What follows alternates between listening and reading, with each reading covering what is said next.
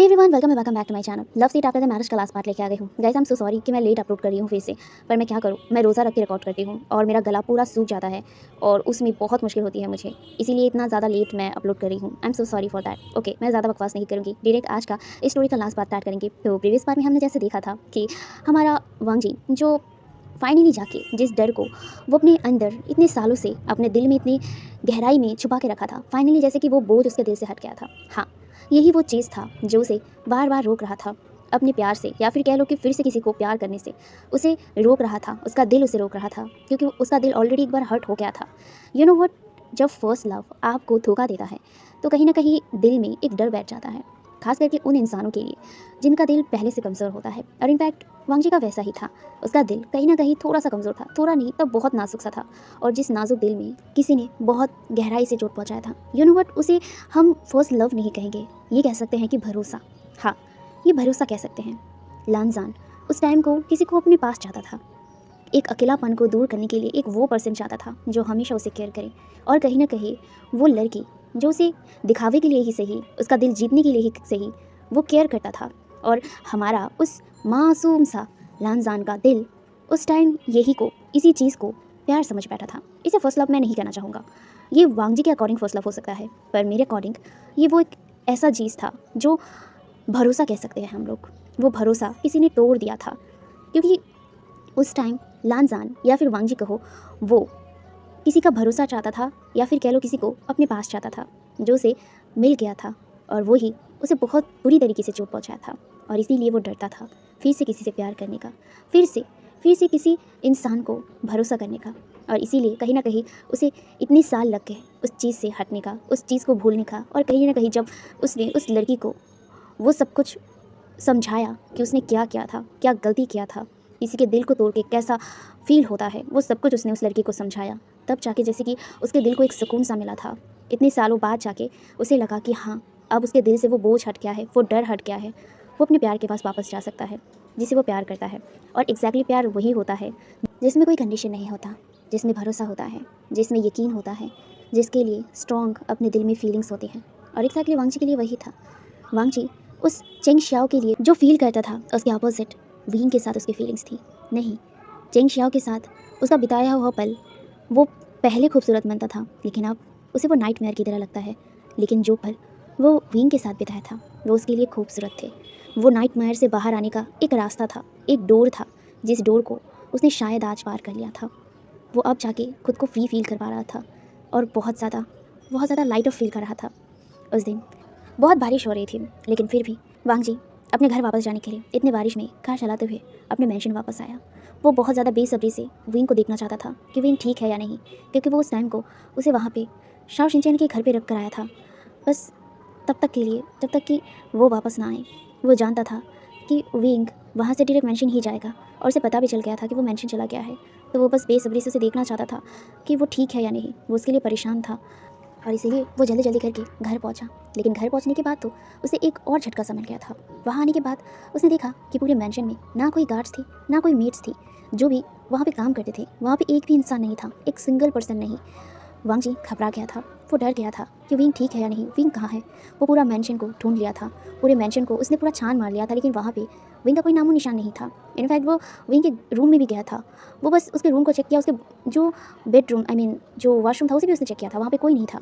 तो वांग जी कन्फ्यूज़ हो गया और वो बहुत ज़्यादा पैनिक भी हो गया था। वो एग्जैक्टली बस अपने गार्ड्स को कॉल करने वाला था कि तभी उसे लगा कि उसने तो गार्डन चेक नहीं किया, उसे गार्डन चेक करना चाहिए। तो वही सोचकर वो गार्डन की तरफ चला गया, लेकिन वहाँ जाने के बाद उसका मुंह खुला का खुला ही रह गया था, आँखें इतनी भरी, मुंह इतना खुला, वो यकीन नहीं कर पा रहा था कि अब सामने का नज़ारा क्या है। चलिए सामने का नज़ारा देखते हैं। विंग, हाँ वहाँ पे विंग था, जिसके चारों तरफ बहुत सारी बनीज इतनी बारिश में उसे घेर कर उसे उसके पूरी बॉडी पर एकदम लेटे हुए थे। और इनफैक्ट विंग खुद लेटा हुआ था, वो भी इतनी बारिश में। एंड वो मैटर नहीं कर रहा था, उससे भी ज़्यादा वर्स्ट बात तो ये था कि वो वो बस एक टावल में था। व्हाट, वांग जी के माइंड में बस ये क्लिक किया, इतने बारिश में वो बस टावल में, और वो वहाँ पे बनीज के साथ है। ये चीज़ वांग जी के लिए बहुत शॉकिंग था, बहुत मतलब बहुत। पहले तो विंग थोड़ा बहुत रोब पहन के बाहर आता था, वो जानता है कि विंग क्या करने की कोशिश कर रहा था, लेकिन इस टाइम तो टू मच था, ये टू मच से भी ज़्यादा टू मच था। वो सिर्फ एक टावल में था, वो बस उसकी कमर पे रैप किया हुआ था, और ऊपर उसने कुछ नहीं पहना था, वो पूरा नेकेड था। वांग जी का मुंह इसी वजह से खुला हुआ था। इनफैक्ट वो वहीं पर फ्रोज होकर खड़ा था। उसका ना पैर चल रहे थे ना हाथ चल रहे थे। इनफैक्ट कोई मूवमेंट करने का कोई हिम्मत हो रहा था। वो शॉक होकर मुंह खोलकर देख रहा था। अभी उसका स्किन उसे दिख रहा था, वही मिल्की वाइट सा स्किन जिसमें बहुत सारे जो रैबिट्स थे वो बैठे हुए थे। हाँ, वहाँ पे उतने बारिश में ये रैबिट्स वहाँ पे उसके हस्बैंड के ऊपर बैठे हुए थे, वो भी उसके चेस्ट में, कोई उसके नेक में आकर उसे लिक भी कर रहा था। वांग जी ना बस शॉक होकर देख रहा था। ये बनीस जा क्यों नहीं रहे हैं यहाँ से? मतलब बारिश में उन लोगों को भाग कर कहीं भी एक शेल्टर लेकर रहना चाहिए, यही तो बनीस का आदत है। लेकिन ये बनीस उससे उल्टा उसके हस्बैंड के ऊपर ऐसे बैठे हुए हैं, उसके साथ चिपक रहे हैं। वांग जी सच में ये देखकर बहुत शॉक था। उसे इतना शॉकिंग फील हो रहा था ना कि वो अब समझ नहीं पा रहा था कि वो क्या करे।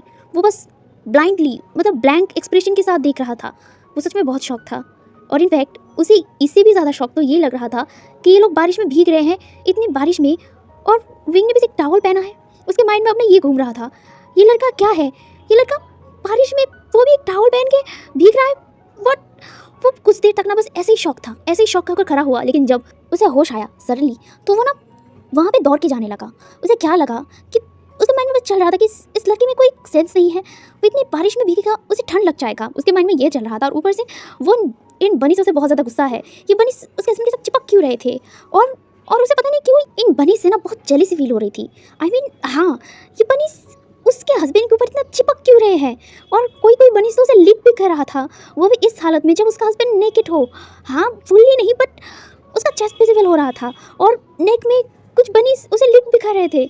ये सब कुछ वांग जी को बहुत गुस्सा दिला रहा था, उसे बहुत जेलसी फील हो रहा था। हालांकि ये बहुत रिडिकुलस है कि वो बनी से जेलस हो जाए, पर हाँ, उसे फील हो रहा था और उसे इतना गुस्सा आ रहा था कि ये लड़का कोई सेंस भी बनता है। अगर उसे ठंड लग गया तो, वो बीमार हो गया तो, और ये बनीस इनको भी बीमारी लग गई तो, वेल उससे भी ज़्यादा, उसे बनी से भी ज़्यादा उसे विंग की फिक्र हो रही थी और उसे जेलसी भी फील हो रही थी। एक साथ बहुत सारे इमोशन उसके अंदर आ गए थे। तो वो ना दौड़ कर वहाँ पे चला गया और वो ना मतलब इतना ज़्यादा जेलस था और गुस्सा था कि वो अपनी इमोशन को कंट्रोल नहीं कर पाया। वो चिल्ला कर कहा विंग, और जब उसने विंग कहा तो वो सारे बनीस डर के मारे ना वहाँ से इधर उधर जंप करके चले जा रहे थे। और उसकी इस आवाज़ से जैसे कि विंग भी थोड़ा सा फ्लिंच कर उठा था।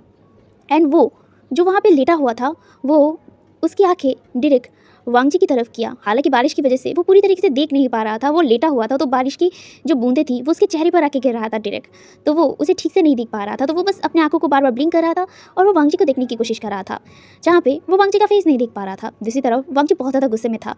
वो ज़्यादा कुछ नहीं सोचा, ना आए देखा ना ताए, वो तुरंत ही एकदम नीचे बैठा, मतलब एकदम लीन हुआ और वांग जी विंग का शोल्डर पकड़ के उसे ना एकदम उठा लिया। विंग जो इससे पहले और कुछ कहता, वांग जी ने कुछ कहा नहीं, उसे डायरेक्ट एकदम गोद में उठा लिया, वो भी ब्राइडल स्टाइल में, और उसे उठाकर ना डायरेक्ट मतलब रूम की मेंशन की तरफ जाने लगा।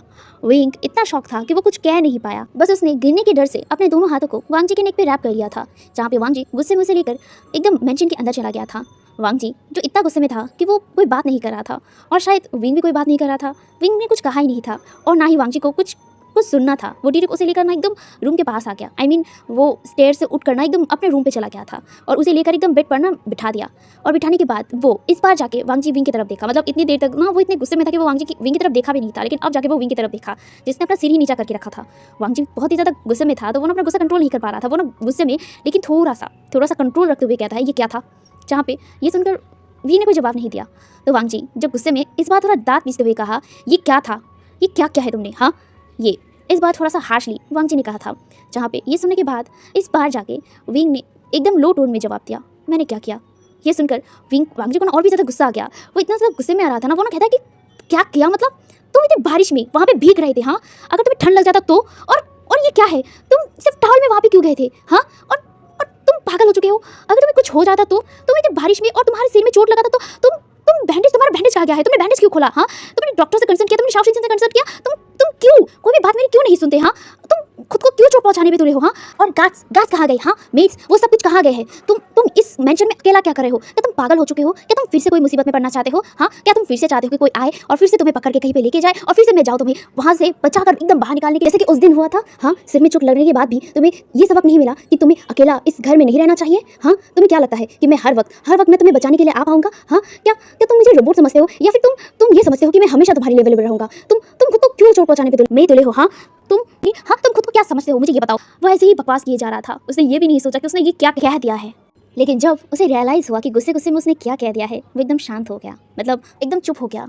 लेकिन उसका ऑपोजिट विंग नहीं चुप हुआ। विंग जो इतनी देर से एकदम शांत होकर वांगजी की बातें सुन रहा था, साइलेंट होकर अपने सिर को नीचा करके, लेकिन अब उसने अपने सिर को ऊपर कर लिया था और वो वांगजी की तरफ देख रहा था। वांगजी जिसने अपनी नज़रों को भी ना दूसरी तरफ कर लिया था, हालांकि फेस विंग की तरफ ही था लेकिन आंखें दूसरी तरफ था, और इस वजह से कहीं ना कहीं विंग का एक्सप्रेशन वांगजी नहीं देख पा रहा था, या फिर कह लो को वो देखना ही नहीं चाहता था। उसे इतना डर लग रहा था क्योंकि वो खुद ही इतना बास्टर्ड की तरह बिहेव किया और अपना मुंह से खुद ही कबूल कर लिया कि हाँ वो ही विंग को प्रोटेक्ट करता है। हालांकि ये सीक्रेट था उसका, जिसने उसने खुद ही गुस्से में फास्ट कर दिया था, और वो ये प्रे कर रहा था कि विंग इस चीज़ पे नोटिस ना करे, इस चीज़ पे ध्यान ही ना दे कि वांगजी ने क्या कहा। लेकिन ये बहुत हार्डली, बहुत मुश्किल था उसके बातों पे ध्यान ना देने का। वेल, वांगजी बहुत डरा हुआ था, तो वो अभी एकदम कुछ नहीं कह रहा था। दूसरी तरफ उसे फील हो रहा था कि विंग जिसको उसने बेड पर बैठाया था वो धीरे धीरे करके उठ रहा है। ये देखकर तो वांगजी और भी ज़्यादा पैनिक हो रहा था, लेकिन वो अपने ऊपर पूरा कंट्रोल रख रहा था कि वो कोई रिएक्शन ना दे, अपना फेस एकदम कोल्ड रखे। बेसिकली वो अपना फेस कोल्ड ही रखा था। ये बोलने के बाद उसका फेस एकदम स्टिल हो गया था। हालांकि उसका एक्सप्रेशन क्या है उसे नहीं पता, बस उसे इतना पता है कि वो अपने फेस को एकदम स्टिफ बना के रखा है, जिसे वो नॉर्मल भी नहीं कर पा रहा था। ऊपर से उसे फील हो रहा था कि विंग बेड से उठ चुका है धीरे धीरे करके, और वो उठते हुए उसी के पास आ रहा था। अब ये चीज़ वांगजी को और भी ज़्यादा नर्वस कर रहा था, और भी ज़्यादा।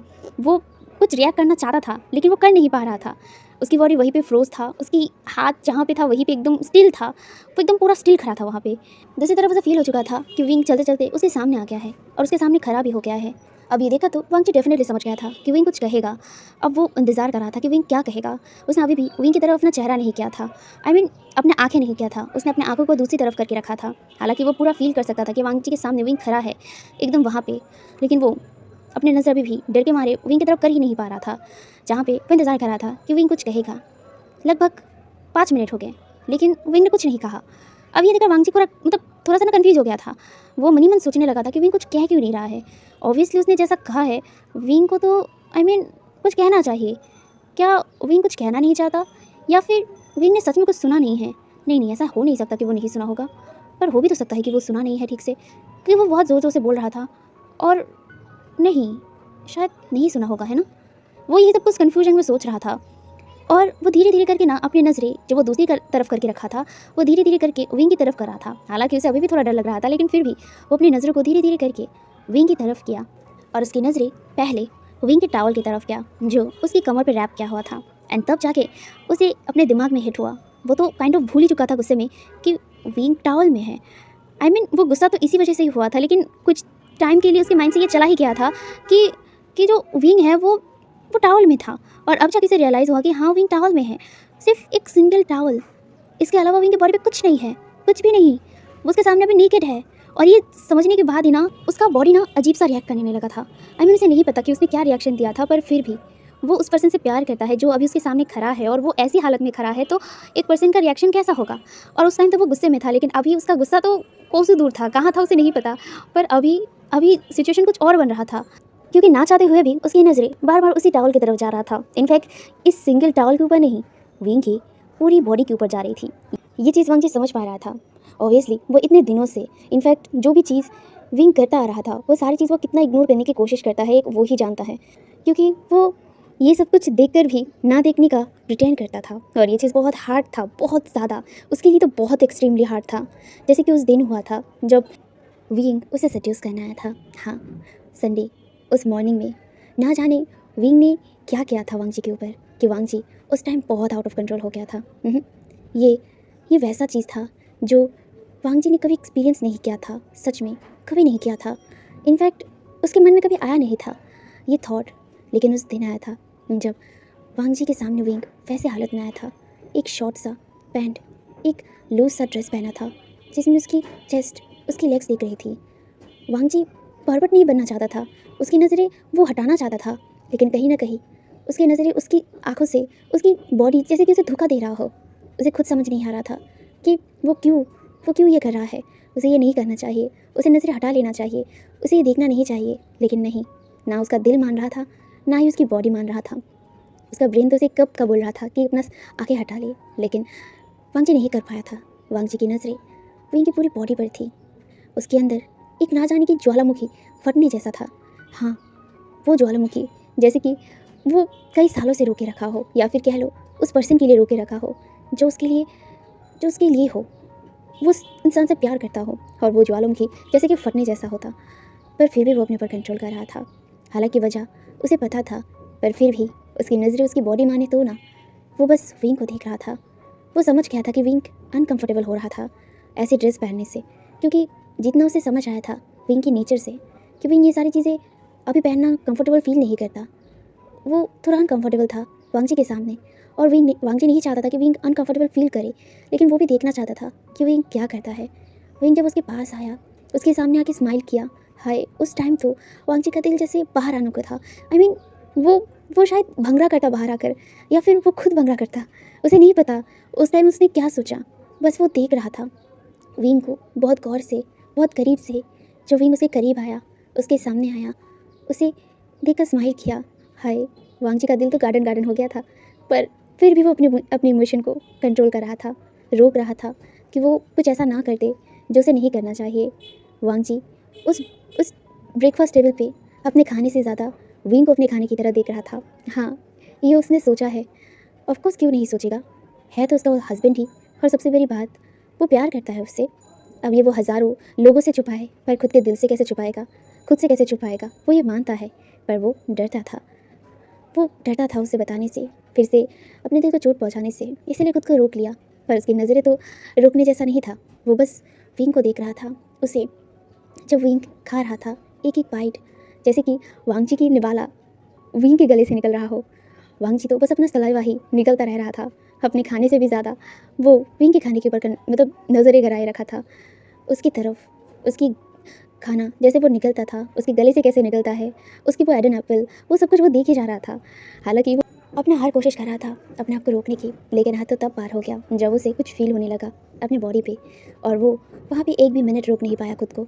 जब विंग ने उसे बोला कि उसके पास टाइम है या नहीं, वांगजी बोलना चाहता था कि हाँ है, उसके पास विंग के लिए हर टाइम है, वो उसके लिए पूरा टाइम देना चाहता है, लेकिन वो बोल नहीं पाया क्योंकि उसकी तो वो हालत ख़राब हो गई थी, वो खुद को रोक नहीं पा रहा था। और वो यहाँ पे ज़्यादा देर नहीं रह पाएगा, क्योंकि वो जानता है अगर वो आउट ऑफ कंट्रोल हो गया तो वो कुछ गलत कर देगा, जो चीज़ उसका करना ठीक नहीं होगा। और इसीलिए ही वो खुद को बहुत ज़्यादा कोल्ड दिखाते हुए बहुत ही बुरी तरीके से विंग को रिजेक्ट कर दिया था। हालांकि वो इस चीज़ के लिए बहुत रिग्रेट करता है, बहुत बहुत बहुत ज़्यादा, लेकिन वो क्या कर सकता था, वो अपनी हालत विंग को नहीं दिखा सकता था, नहीं, बिल्कुल नहीं। ये बहुत एम्बैरेसिंग है, बहुत ज़्यादा। अगर विंग को पता चल जाए तो इसी डर से वांगजी विंग को वहीं पे छोड़कर एकदम चुपचाप वहाँ से चला गया था, अपने रूम पे चला गया था। वो अपने रूम पे जाके अपने आप को शांत करा था।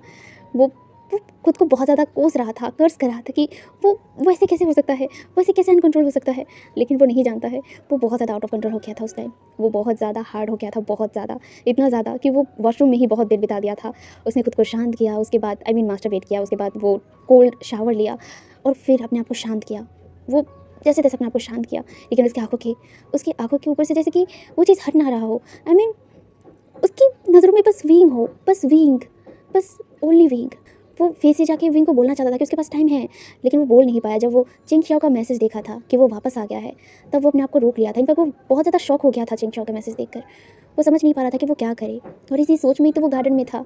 लेकिन उसके लिए तो ये भी बहुत वर्स्ट हो गया जब वो विंग को वैसी हालत में भीगते हुए देखा।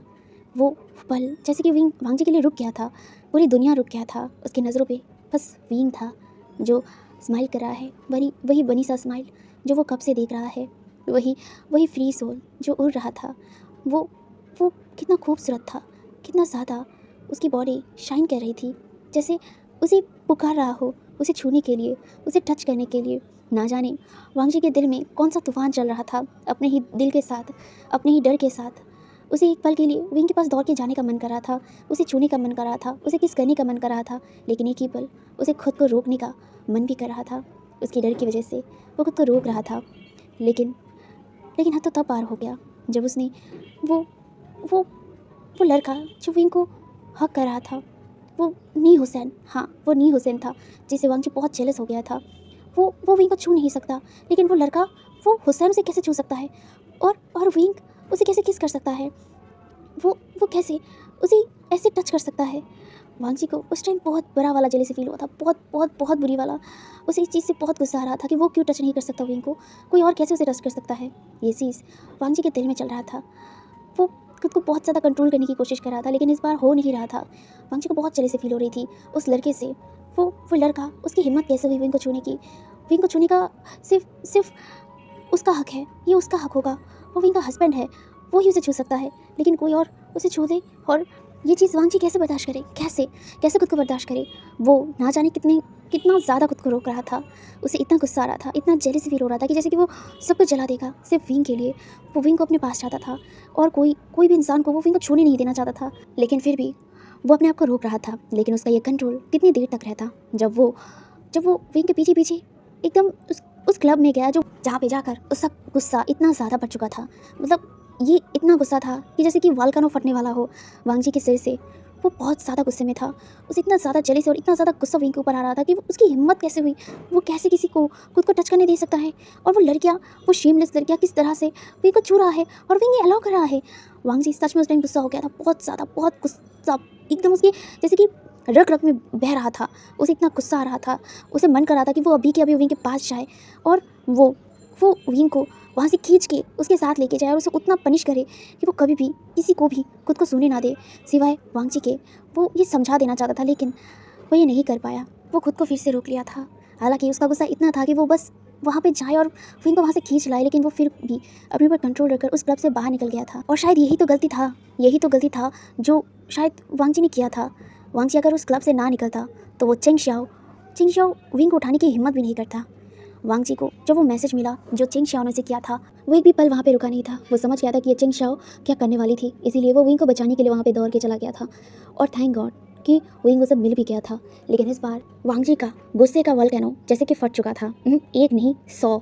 जब विंग को वो वैसी चोट लगती हुई हालत में खून से सनता हुआ देखा, वांग जी का गुस्सा इस बार 7 पे आसमान में चढ़ चुका था। और इस बार वो उस लड़की को नहीं छोड़ने वाला था, और उसने वैसा ही किया था। उसने उस लड़की को वैसे सबक सिखाया था कि वो कभी हिम्मत नहीं कर पाएगा किसी को भी चोट पहुंचाने की, और ख़ास करके विंग को। वो विंग को वैसी हालत में देखकर बहुत डर भी गया था और बहुत ज़्यादा गुस्से में आ गया था। लेकिन अभी तो वो बात अलग है। लेकिन अभी जो सिचुएशन में वांग जी था, वो अब खुद को क्या करे। मतलब जब विंग थोड़ा बहुत रोब पहन के कुछ भी करता था, वांग जी कुछ सीड्यूस ही चलो करता था उस टाइम, तो वांग जी खुद को कंट्रोल नहीं कर पाता था। और अब तो सिचुएशन इतना वर्स्ट है कि विंग उसके सामने, वो भी अभी सिर्फ एक सिंगल टॉवल में है, तो वांग जी क्या करेगा। वांग जी का पूर हार्ट, वो क्या करेगा। वांग जी क्या करेगा। उसका बॉडी रिएक्शन ना बढ़ जाए, वो खुद ना हार्ड हो जाए। ये चीज़ वो खुद ही मन ही मन सोचे जा रहा था। लेकिन उसकी आंखें तो उसे धोखा दे रही थी। अभी उसके सामने एक खाना जैसे कि सर्व हुआ हो और वो उस खाने को जैसे घूर रहा हो। उसकी नज़रें विंग की वो लेग्स जो बहुत ज़्यादा मिल्की वाइट जैसी थी, जो गीला था, जो जिस बूंदे उसकी लेग से जैसे टपक रही थी, उसकी बॉडी से उसकी स्टमक जैसे भी पानी गिर रहा था, उसके चेस्ट जहाँ से वो पानी टपक रहा था, जो देखने में बहुत सेक्सी, बहुत ज़्यादा हॉट उसे फील करवा रहा था। उसका नेक, उसकी एडम एप्पल जो सच में बहुत ज़्यादा उसे इनवाइट कर रही थी कि उसे बाइट करो। वांग जी ना जाने अपने माइंड में कैसे थॉट ला रहा था। अभी वो उस इंसान के सामने था जिसे पानी का ना जाने कितना खौफ वो अपने सपनों में देखा करता था। हाँ, सपना देखा करता था, पर वो सिर्फ सपना था। लेकिन अभी ये रियलिटी था जो उसके सामने था। लेकिन इस बार वो क्या रिएक्शन दे वो खुद नहीं जानता था। उसे एक पल जैसे डर लग रहा था, दूसरे ही पल वो खुद को आउट ऑफ कंट्रोल फील कर रहा था। वो किस चीज़ को अपनाए और किस चीज़ को दूर हटाए वो खुद ही नहीं जानता।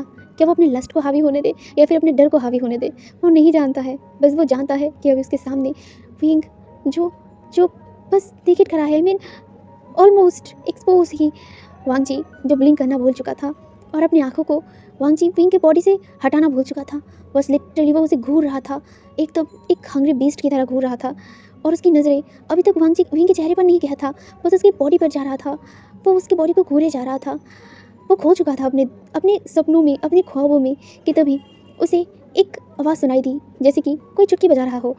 तब जाके जैसे कि वांग जी अपने होश में आया हो। वो होश में आते एकदम फ्लिंच हो गया था। वो फ्लिंच करते हुए ना इधर उधर देखा, और तब जाके वो विंग की तरफ देखा जो अभी भी उसकी तरफ देख रहा था। लेकिन उसकी नज़रें कुछ और कह रही थी, कुछ ऐसा जो बहुत ज़्यादा मिस्टीरियस था। वांग जी समझ नहीं पा रहा था विंग की नज़रें ऐसे क्यों हैं। विंग ऐसे उसे क्यों देख रहा है, जैसे कि वो कुछ देख रहा हो। पर क्या। वांग जी कंफ्यूज हो गया था, और कंफ्यूजन से भी ज़्यादा उसे अपने अंदर डर फील हो रहा था कि विंग को ये फील ना हो जाए कि वांग जी की एक्जैक्टली सिचुएशन क्या हो रहा है। पहले तो वो गुस्से में था, वो वांग जी मतलब विंग के हेल्थ के लिए थोड़ा टेंशन में था। लेकिन अभी टेंशन क्या, उसका सोच ही अब उसके ऊपर कंट्रोल नहीं था। वो क्या सोच रहा था, क्या छोड़ के क्या करे, क्या वो कर एग्जैक्टली कर रहा है वो खुद कुछ नहीं जानता था। अभी बस वो विंग को देख रहा था, अब वो विंग की आंखों में देख रहा था, पर वो विंग की आंखें पढ़ नहीं पा रहा था। पहले वो विंग की आंखें पढ़ लेता था क्योंकि विंग की आंखों में वो प्योरेस्ट चीज़ थी जो वांग जी बहुत अच्छे तरीके से समझ पाता था। लेकिन अब वो विंग की सोच को पढ़ नहीं पा रहा था, विंग की आइज़ को पढ़ नहीं पा रहा था। विंग की आइज़ में कुछ है इतना समझ पा रहा था, लेकिन क्या उसे नहीं पता।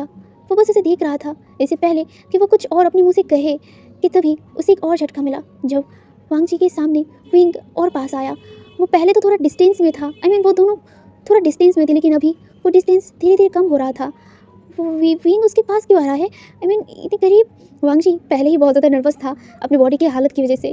दूसरी तरफ अगर विंग उसके पास और आया तो वो खुद को कंट्रोल नहीं कर पाएगा। इसी डर से वो धीरे धीरे करके अपने जो पैर थे ना वो पीछे लेने लगा। वो धीरे धीरे करके पीछे जा रहा था, जैसे कि वो अपने कदम पीछे ले रहा था, ठीक वैसे ही विंग अपने कदम आगे बढ़ा रहा था और वो वांग जी के पास आ रहा था और वांग जी उसे पीछे जा रहा था, उसे दूर हट रहा था। ऐसे करते करते कब वांग जी का पीठ एक दीवार पे आके लगा, उसे रियलाइज़ भी नहीं हुआ। अब वो हट भी नहीं सकता, वो कहाँ जाए। वांग जी विंग को देख रहा था अपनी बड़ी बड़ी आंखों से। वो बहुत कंफ्यूज, बहुत शॉक, बहुत डरा हुआ उसके एक्सप्रेशन थे। उसके फेस में इस बार कोई कोल्ड एक्सप्रेशन नहीं थे, इस बार उसके फेस में नर्वसनेस, डर, साथ ही साथ कुछ कुछ बहुत ज़्यादा डार्क भी था। पर वो डार्क को भी ज़्यादा अपने अंदर डर को हावी होने दे रहा था। उसे डर था कि वांग जी का हालत विंग समझ ना ले, वो उससे दूर हट जाए, वरना वो क्या करेगा उसे नहीं पता। वो खुद को बहुत कंट्रोल कर रहा था और वो वांग जी विंग की तरफ अपनी बड़ी बड़ी आंखों से देख रहा था, जहाँ पे वांग जी जो बहुत मुश्किल से अपने मुंह से कुछ कहने की कोशिश कर रहा था। अब उसके पास जाने का तो कोई रास्ता था नहीं, वो पीछे हट नहीं पा रहा था। वो दीवार से घिसकर दूसरी तरफ जाए वैसा भी नहीं था, क्योंकि वांग जी के दोनों तरफ विंग ने अपने दोनों हाथ कर लिया था और वो उसकी तरफ देख रहा था। अब विंग को देखकर वांग जी पास अपना सलाइवा ही निकल रहा था। वो अपना सलाइवा निकलते हुए कहता है, वो क्या क्या कर रहे हो तुम? हाँ, वो तो तुम्हें ना कपड़े पहन लेना चाहिए, वो तुम्हें ठंड लग जाएगी। वो लिटरली ऐसे अटक के बोल रहा था ना, जैसे शायद वो ज़िंदगी में कभी भी अटक के नहीं बोला होगा। वो खुद को कोस रहा था इतना ज़्यादा अटकने के लिए, और अटकेगा क्यों नहीं कि वांग जी के सामने विंग पूरा नेकेड उसके साथ ऑलमोस्ट जस्ट 1 इंच, शायद 1 इंच भी नहीं, थोड़ा सा गैप था जिसमें विंग खड़ा था उसके पास, उसके सामने इतनी क्लोज। वांग जी विंग की सांसों को भी अपने बॉडी पे फील कर सकता था, तो वो इंसान और कितना ज़्यादा अटकेगा। तो वो फिर भी खुद को थोड़ा रिलैक्स करने की कोशिश कर रहा था और वो विंग की तरफ देखते हुए और कुछ कहने की कोशिश कर रहा था कि जैसे कि तुम हटो, मुझसे दूर हटो, बाद में तुम रिग्रेट करोगे, मुझे बाद में मत कहना। वो ये कहना चाहता था, लेकिन ये उसके मन में था, पर वो ये बोल नहीं पा रहा था। उसके गले से शब्द निकले तो ना, बस उसका सलाइवा ही वो निकलते जा रहा था और बस वो ब्लिंक करते हुए डरते हुए वांग जी विंग को देख रहा था, जैसे कि अभी वो एक भीगा बिल्ली हो जिसके पीछे एक बहुत ही खूंखार रैबिट पड़ा हो। हाँ, ऐसा ही नहीं, ये नहीं, वो एक लायन है। हाँ, वो एक इनोसेंट सा लायन था जिसके पीछे अब एक बहुत खूंखार रैबिट पड़ा हुआ था। ये भी थोड़ा बहुत लॉजिकल लग रहा था। ये वांग जी का थॉट था, ठीक है, वांग जी ये सोच रहा था, लेकिन अब वो क्या करे। वो हटने की फिर से कोशिश करता है, वो उस दीवार से दूसरी तरफ जाने की कोशिश करता है, लेकिन वांग जी नहीं जा पाता क्योंकि विंग ने हाथ को और भी टाइटली वहाँ पे करके रखा। तो ये देखकर वांग जी जो विंग की तरफ कन्फ्यूजन और डर के साथ देखते हुए, देखो ये क्या कर रहे हो तुम अभी बहुत इंज्योर्ड हो, तुम्हारे वुंड है, वो तुम्हें चेंज कर लेना चाहिए, तुम्हें ठंड लग जाएगी। ये कहकर वो उसकी तरफ देखा जहाँ पे जो विंग था। विंग उसकी तरफ देखकर बस स्माइल किया, वो भी कोई मिस्टीरियस सा स्माइल। ये मॉकिंग भी था और साथ ही साथ एक स्मिक भी था। वो स्मिक कर रहा था, ये वांग जी खुद सोच रहा था। उसे समझ ही नहीं आया ये स्माइल था, मॉकरी था, स्मिक था या फिर कुछ और था। पर ये देखकर वांग जी को बड़ा डर लग गया। पहली बार उसे किसी चीज़ से डर लगा हो। हाँ, वो पिछले 20 मिनट से डर ही रहा है विंग से, क्योंकि ऑलमोस्ट उसने अपना चीज़ ही रिवील कर दिया था। जो चीज़ वो खुद से छुपा के रखा था कि वो कभी बताएगा नहीं कि वो विंग को बचाने के लिए गया था, और इसीलिए तो वो शाओ शिनचेन को बोल दिया था कि वो विंग को नहीं बताए कि वो वहाँ पे आया था उसे बचाने के लिए। काइंड ऑफ वो डर रहा था विंग को ये बताने से और खुद को भी शायद। लेकिन अभी वो डर इसलिए रहा था क्योंकि विंग का हंसी उसे बहुत डेंजरस लग रहा था। ये डेंजरस था बहुत ज़्यादा, क्योंकि पहली बार वो विंग को इनोसेंटली हंसते हुए नहीं देख रहा था। ये कोई मिस्टीरियस सा हंसी था, बहुत डरावना सा, बहुत मौकुरी सा, और ये ये कोई इनोसेंट स्माइल नहीं था, इतना वांग जी को पता है, पर ये बहुत डेंजरस था, ये भी उसे पता है। पर क्यों क्यों डेंजरस था? क्या वांग जी की बातों से विंग कुछ समझ तो नहीं गया ना? आई मीन उसने पूरी बात तो नहीं कही, लेकिन जितना कहा उतने में तो विंग को पूरा समझ आना नहीं चाहिए ना? वेल वो खुद ही कंफ्यूज था अपनी बातों से। लेकिन अभी तो उसे और भी शौक होने की बारी थी जब विंग ने वांग जी को कहा, सॉरी, असल में मुझे ना बताना था आपसे कि आपके पास कपड़े हैं। ये सुनकर वांग जी जो शॉक हो गया, और शॉक के साथ साथ वो ब्लिंक करने लगा कन्फ्यूजन के साथ। वो अभी भी डर रहा था, लेकिन वो कन्फ्यूजन के साथ उसकी तरफ देखा। विंग का फेस जो पहले एक मिस्टीरियस स्माइल था, अभी भी उसका फेस में कोई मिस्ट्री था, लेकिन उसका फेस थोड़ा इनोसेंट भी लग रहा था। वांग जी कन्फ्यूज था और विंग की तरफ देखा, और वो एकदम लो टोन में कहा, हाँ क्या क्या? जहाँ पे विंग ने कहा कि आपके पास कपड़े हैं। ये सुनकर वांग जी कहता है, क्यों तुम कपड़े देखकर क्या क्या करोगे? जहाँ पे वांग जी बहुत ज़्यादा कंफ्यूज के साथ ये पूछा, तो विंग ने कहा, वो असल में ना मेरे कपड़े ना सारे भीग गए हैं, और अभी मेरे पास कोई कपड़े नहीं है, तो क्या मैं आपके कपड़ों में से एक कपड़ा पहन सकता हूँ? ये कहकर वो उसकी तरफ देखा, और ये सुनकर वांग जी बहुत कंफ्यूज हो गया, बहुत ज़्यादा। आई मीन वो इतना कंफ्यूज हो गया, वो कंफ्यूजन उसकी तरफ देखा और वो कहा, कपड़े भीग गए हैं? मतलब क्या है? कपड़ा क्या तुम्हारे कबर्ड में नहीं है? जहाँ पे विंग ने अपने सिर को बस ना में शेक किया, तो ये देखकर वांग जी और भी शौक हो गया, और वो कहा, तो तुम्हारे कपड़े कहाँ गए? जहाँ पे विंग ने दोबारा जवाब दिया, वो सारे बारिश में भीग गए हैं। वांग जी के माइंड में बस ये आया, सारे कपड़े भीग गए हैं, ये कैसे हो सकता है? कपड़े तो कवर्ड में थे, तो कवर्ड में जाकर बारिश ने भिगा दिया, या फिर बारिश में कपड़े खुद भीग गए? वांग जी का माइंड अभी इतना कन्फ्यूजन में था ना कि वो उल्टा सीधा सोचने लगा, लाइक ये कैसे हो सकता है कि बारिश ने आकर खुद उसके कवर के कपड़े भिगा दिए, या फिर कपड़े खुद जाकर बारिश में भीग गए? वांग जी सच में ये सब कुछ सोच रहा था, और वो इतना कंफ्यूज था ना, वो बस विंग की तरफ देखा और वो कुछ नहीं कहा। आई मीन वो इतना कंफ्यूज था कि वो बस अपना इशारा करके ना कवर की तरफ दिखा दिया, क्योंकि वो लोग अभी वांग जी के रूम में ही थे, और वांग जी विंग को अपने रूम में ही लेके आया था। तो ये देखकर ना विंग का नज़र ना कवर की तरफ गया, और वो ये देखकर फिर से वांग जी की तरफ मुड़ा। वांग जी से थोड़ा फिर से फ्लिंच कर उठा था, क्योंकि इस बार भी विंग का नज़र बहुत ज़्यादा मिस्टीरियस था। आई मीन बहुत डरावना, बहुत ज़्यादा डरावना, जैसे कि अभी विंग नहीं, विंग का कोई और रूप खड़ा हो जो बहुत ज़्यादा स्कैरी है। आई मीन बहुत ज़्यादा मिस्टीरियस है, बहुत ज़्यादा डरावना लग रहा था। बट फिर भी वांग जी अपने ऊपर कंट्रोल कर रहा था। वो ऐसे कैसे विंग से डर सकता है ना? वो डरेगा नहीं, वो ब्रेव बॉय है, वो ऐसे कैसे डर सकता है? वो स्ट्रांग है ना, वो डरेगा नहीं। हाँ, वो खुद तो यही समझा रहा था। लाइक अभी उसके माइंड में जो भी चल रहा था उस सारी चीज़ों को हटाकर वो बस ये सोच रहा था कि हाँ वो स्ट्रांग है, वो ऐसे कैसे डर सकता है? विंग से क्यों डरेगा? वो तो विंग को प्यार करता है ना। हाँ हाँ, वो यही समझा कर ना इस बार थोड़ा सा खुद को कंट्रोल किया था, और ये चीज़ काम भी आया था उसको। वो इस बार ना थोड़ा सा रिलैक्स, थोड़ा सा रिलैक्स हुआ था। हालांकि वो अभी भी अपने ऊपर नज़रें फील कर पा रहा था विंग का, लेकिन इस बार थोड़ा सा अपने ऊपर रिलैक्स करके वो खासते हुए कहा, मुझे थोड़ा सा काम है, तो मैं स्टडी रूम में जा रहा हूँ, तुम यहाँ पे कपड़े चेंज कर सकते हो। ये कहकर वो विंग की तरफ देखा, और इस बार वो विंग से थोड़ा अलग हुआ, और विंग भी उसे जैसे कि छोड़ दिया था।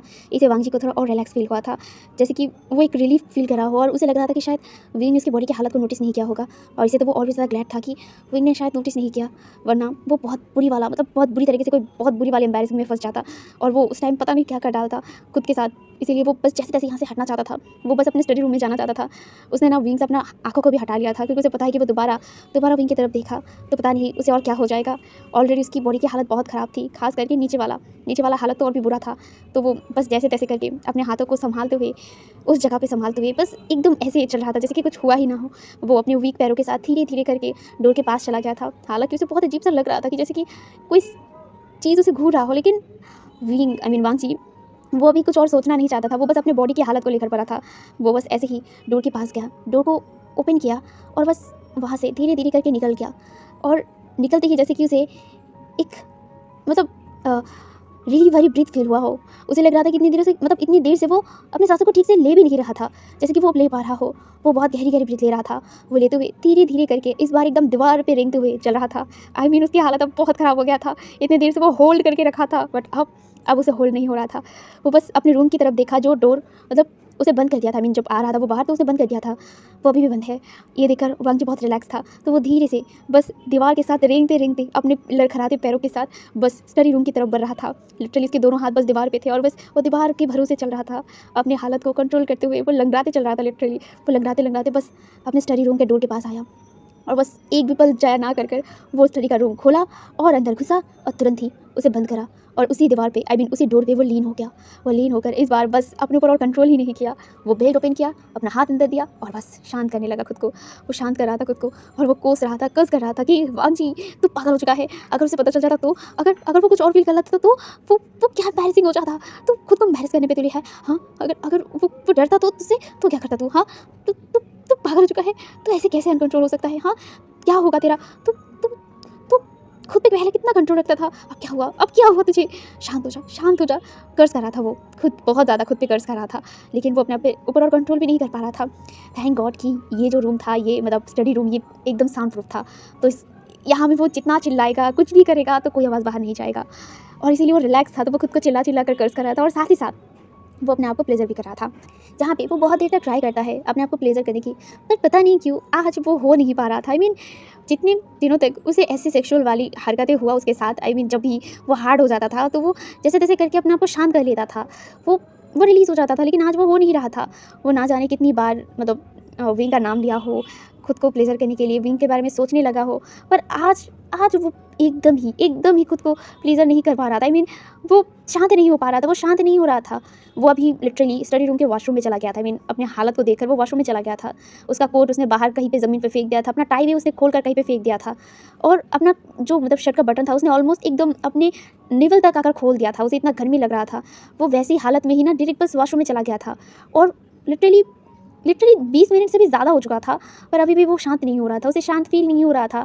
वो बहुत बार बहुत सारी चीज़ें ट्रिक आजमाने की कोशिश किया। वो पहले जैसे करता था खुद को शांत करने के लिए, वो विंग को याद करता था, विंग का नाम लेता था, मौन करता रहता था, पर ऐसा कुछ भी नहीं हो रहा था, कुछ भी नहीं। और वो शांत नहीं हो रहा था और उसे उतना ही इरिटेटिंग फील हो रहा था।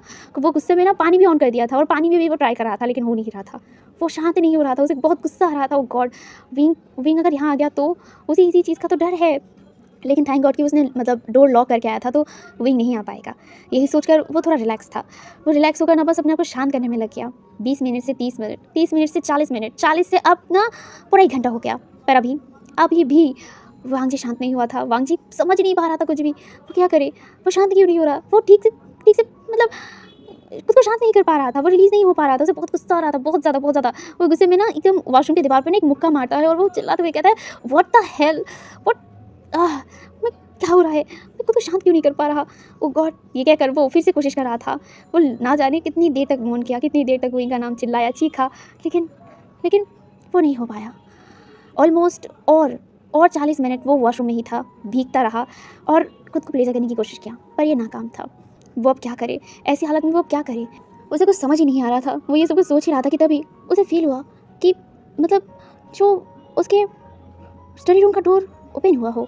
ये चीज़ से वांगजी थोड़ा शॉक हो गया कि ये वो वहम कर रहा है।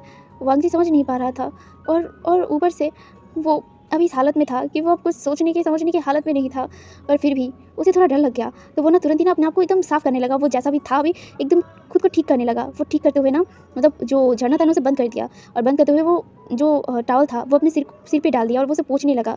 उसने अपनी शर्ट के बटन को लगा दिया, अपने जो पैंट का जिप था उसे भी लगा दिया। वो एकदम परफेक्टली ठीक करके, खुद को एकदम फाइन करके, हालांकि वो था नहीं ठीक खुद से, बस वो जैसे तैसे करके अपने वही भीगे शर्ट के साथ ही ना बाहर निकल गया, क्योंकि वो रोप लेके नहीं गया था वहाँ पे, तो उसके पास कपड़े थे नहीं और वो भीग चुका था। और वो देखना चाहता था कि डोर कैसे ओपन हुआ, क्योंकि उसने तो डोर लॉक किया था अंदर से। यही सोचकर वो बाहर निकल आया था। लेकिन ये उसका दूसरा वर्स्ट आइडिया था वॉशरूम से बाहर आने का, क्योंकि जब वो बाहर आया ये उसके लिए सच में बहुत अनबेरेबल था, बहुत ज़्यादा। सामने का नज़ारा देखने के बाद वो क्या रिएक्शन दे, क्या कहे। उसकी नज़रें बस एकदम एकटक बस विंग के ऊपर था, जो लिटरली अभी उसी डोर के सामने चुपचाप खड़ा था। बात वो नहीं था, बात ये था कि एग्जैक्टली विंग किस सिचुएशन में था। जैसे विंग अब इसके सामने खड़ा था ना, उसने एक सिंगल वांगजी का ही एक शर्ट पहना था, एंड वो शर्ट और कोई कलर का नहीं था, वाइट कलर का था। चलो वो छोड़ो, लेकिन सबसे बड़ी वर्स्ट बात तो ये था कि विंग ने शर्ट पहना पर पैंट नहीं पहना। क्यों? वांगजी के माइंड में ये चल रहा था। हालांकि विंग जो शर्ट पहना था वो विंग की बॉडी में लूज़ होगा, और ये सिंपली नॉर्मल है, क्योंकि वांगजी का बॉडी विंग से बहुत हटा कटा था। वो लोग हाइट में थोड़ा सा वांगजी थोड़ा सा टॉल था विंग से, ज़्यादा नहीं, थोड़ा सा। और विंग का बॉडी ना स्लिम था बहुत ज़्यादा। आई मीन वो शायद जिम वगैरह ज़्यादा करता नहीं होगा जैसे कि वांग जी करता है। आई मीन वो खुद का जिम है तो वो ट्रेनिंग करता है तो उसका बॉडी हमेशा फिट रहता है, तो उसका शर्ट विंग की बॉडी पे लूज़ होना लाजमी है। पर बात यहाँ पे नहीं अटकती तो एक जगह पे है कि विंग ने पैंट क्यों नहीं पहना। अभी वांग जी के माइंड में ये चल रहा था। और ऊपर से विंग को और कोई शर्ट नहीं मिला, उसका यही शर्ट पहनना था क्या। आई मीन विंग वांग जी कुछ नहीं कह सकता कि विंग लिटरली कितना कितना हॉट लग रहा था इसमें। ऑलरेडी वांग जी खुद को कंट्रोल नहीं कर पा रहा था। आज पता नहीं कौन सा मनहूस दिन था जो वो घर आया था, उसे रिग्रेट था कि आज वो घर आया है। और आज ये मनहूस घड़ी में बारिश भी हो रहा था और उसका हालत इतना ख़राब था और उसकी इस हालत को और ख़राब करने के लिए विंग इस तरह से उसके सामने आया। अब वो क्या करेगा? अगर वो आउट ऑफ कंट्रोल हो गया तो वो क्या करेगा? अगर वो कुछ कर दे उल्टा सीधा तो? वांग जी बस यही सोच रहा था। उसके मन के अंदर डर था, वो डर को सच होने नहीं देना चाहता था। लेकिन विंग वो तो सच होने ही नहीं दे रहा था। आई मीन वो खुद को लाख बार कोशिश कर रहा था रोकने की और उसका उल्टा ऑपोजिट विंग उसकी कंट्रोल को तोड़ने की कोशिश कर रहा था। आई मीन वांग जी को तो यही लग रहा था क्योंकि अब बात उसकी सब्र से बाहर जा रहा था। ये लड़का चाहता क्या है? क्या वो अपना शामत लाना चाहता है या फिर वो आज वांग जी को मार डालना चाहता है? क्या चाहता है? वो मार डालेगा, मार डाले उसे, पर बाद में वो रिग्रेट ना करे। बाद में वो क्या कहे इस लड़के को कि तुम क्यों अभी लायन को जगाने के तुले पे हो? अगर एक बार जाग गया तो बस वो नहीं जानता कि वो क्या करेगा। क्यों कर रहे हो ऐसा, क्यों? वो यही सब कुछ अपने मन ही मन बोले जा रहा था। और ऊपर से वो ये भी सोच रहा था कि आज वो विंग का माइंड नहीं पढ़ पा रहा है। आई मीन मतलब ऐसे तो वो समझ ही जाता था कि विंग क्या सोच रहा है। आई मीन वो क्या क्या करने की कोशिश कर रहा है। लेकिन आज वो बिल्कुल भी समझ नहीं पा रहा है कि एग्जैक्टली विंग कर क्या रहा है और करने की कोशिश क्या कर रहा है। पर हाँ, वो अपनी तरफ से ये कह सकता है कि आज उसका कंट्रोल अपने हाथ से टूट रहा था, बहुत ज़्यादा टूट रहा था। पहले इतने दिनों तक वो अपने ऊपर जितना कंट्रोल करके रखा था ना, आज उसे लग रहा था कि वो सारा वेस्ट है, पूरी तरीके से वेस्ट है, वो टूट रहा है। और अब लग रहा है कि वो उसका जो कंट्रोल एक धागे में बंधा हुआ था ना, वो धागा धीरे धीरे लूज़ पड़ रहा है बहुत ज़्यादा। वांग जी को फील हो रहा था क्योंकि वांग जी की नज़रें तो अब उसी को ही धोखा दे रहा था। अब विंग इससे भी ज़्यादा एक्सट्रीमली हॉट था, एक्सट्रीमली। विंग उसके सामने करा था, वो भी विदाउट पैंट, बस एक सिंगल सा शर्ट पहन के। उसने अंदर कुछ पहना ही नहीं है। विंग मतलब वांग जी विंग को दूर से देखकर ही समझ पा रहा है। हालांकि विंग जो डोर के सामने खड़ा था और वांग जी जो वॉशरूम के बाहर, आई मीन थोड़ा सा वॉशरूम से दूर ही खड़ा था, वहाँ पे वो लोग अभी भी बहुत दूर खड़े थे। लेकिन विंग को देखकर वांग जी समझ गया था कि वो अंदर कुछ भी शॉर्ट पैंट भी नहीं पहना होगा। पर अब ये देखकर वांग जी का हालत बहुत ख़राब हो रहा था। ऑलरेडी वो खुद को काम नहीं कर पाया था। आई मीन ऑलमोस्ट 2 घंटा ही मतलब काइंड ऑफ वो अपने आप को शांत करने में लगा था, लेकिन आज कंट्रोल नहीं हो रहा था उसे। और ऊपर से विंग उसका कंट्रोल तोड़ रहा था बुरी तरीके से, बहुत बहुत बुरी तरीके से। ऊपर से आज बहुत ही रोमांटिक सा माहौल लग रहा था क्योंकि बाहर बारिश हो रहा था और अंदर इतना हॉट सा लड़का उसके सामने खड़ा था खूबसूरत तरीके से। उसका फेस कितना ज़्यादा खूबसूरत था, उसकी लिप्स के नीचे वो मूल, उसकी आइज़ जो स्पार्क कर रहा था, उसकी बॉडी शाइन कर रही थी, उसे बुला रही थी, उसे इन्वाइट कर रहा था। हालांकि वांग जी जो अपने ऊपर टू मच कंट्रोल कर चुका था, वो अपने ऊपर कितना कंट्रोल करे, पर फिर भी वो गहरी गहरी ब्रीथ लेते हुए वो विंग की तरफ देख रहा था। विंग ने जो शर्ट पहना था उससे उसका बॉटम एरिया ढक चुका था। आई मीन वो शर्ट थोड़ा सा विंग में ना थोड़ा लंबा था, ठीक है। जो शर्ट था वो बॉटम से एकदम ढका हुआ था, बस उसकी लेग्स दिख रही थी। वो भी बहुत ज़्यादा सेक्सी था, इतना सेक्सी कि वांग जी गल्प करने लगा था। वो अपना ही सलाइवा 2-3 बार निगल चुका था, लेकिन उसका सलाइवा बार बार जो स्लिप हो रहा था। वो अपने ऊपर कंट्रोल करते हुए मतलब अपने आप को होश में लाते हुए खांसते हुए कहता तुम यहाँ क्या कर रहे हो? और तुमने कोई मतलब पैंट मतलब तुमने पहना क्यों नहीं? वो बहुत ही ज़्यादा अटक के बोल रहा था, बहुत हेजिटेशन के साथ। जहाँ पे इसके जवाब में विंग ने बस उसकी तरफ देखा और बहुत इनोसेंटली कहा, वो असल में आपके जो पैंट्स थे वो बहुत ज़्यादा मुझ पे लूज़ आ रहे थे और वो मुझे लग नहीं रहे थे, तो मैंने काफ़ी सारे ट्राई किए, सारे ही मुझ में लूज़ है, तो मैं उन्हें पहन नहीं पाया। ये कहकर वो उसकी तरफ देखा और उसके बाद ना वो धीरे धीरे करके उसके पास आने लगा। वांग जी तो एक पल के लिए एकदम फ्लिंच कर उठा था। आई मीन वो सच में एकदम विजिबली फ्लिंच कर उठा था, लेकिन वो फिर से अपनी मुट्ठियों को टाइट करके ना एकदम पीछे रख दिया था, मतलब अपने हाथों को पीछे ले लिया था, जैसे कि वो अपने हाथों को कंट्रोल कर रहा हो कि वो कोई गलत हरकत ना कर दे। जहाँ पे दूसरी तरफ विंग वैसे ही अपनी 16 दास में चलते हुए उसके पास आ रहा था, जैसे कि खाना उसके पास एकदम खुद चल के आ रहा हो। वांग जी बस अपना ही सलाइवा निकल रहा था और वो अपनी नज़रों को ना चाहते हुए भी बस विंग की वही लेग्स की तरफ कर रहा था जो सच में बहुत सेक्सी था, उसे छूने में कैसा लगेगा।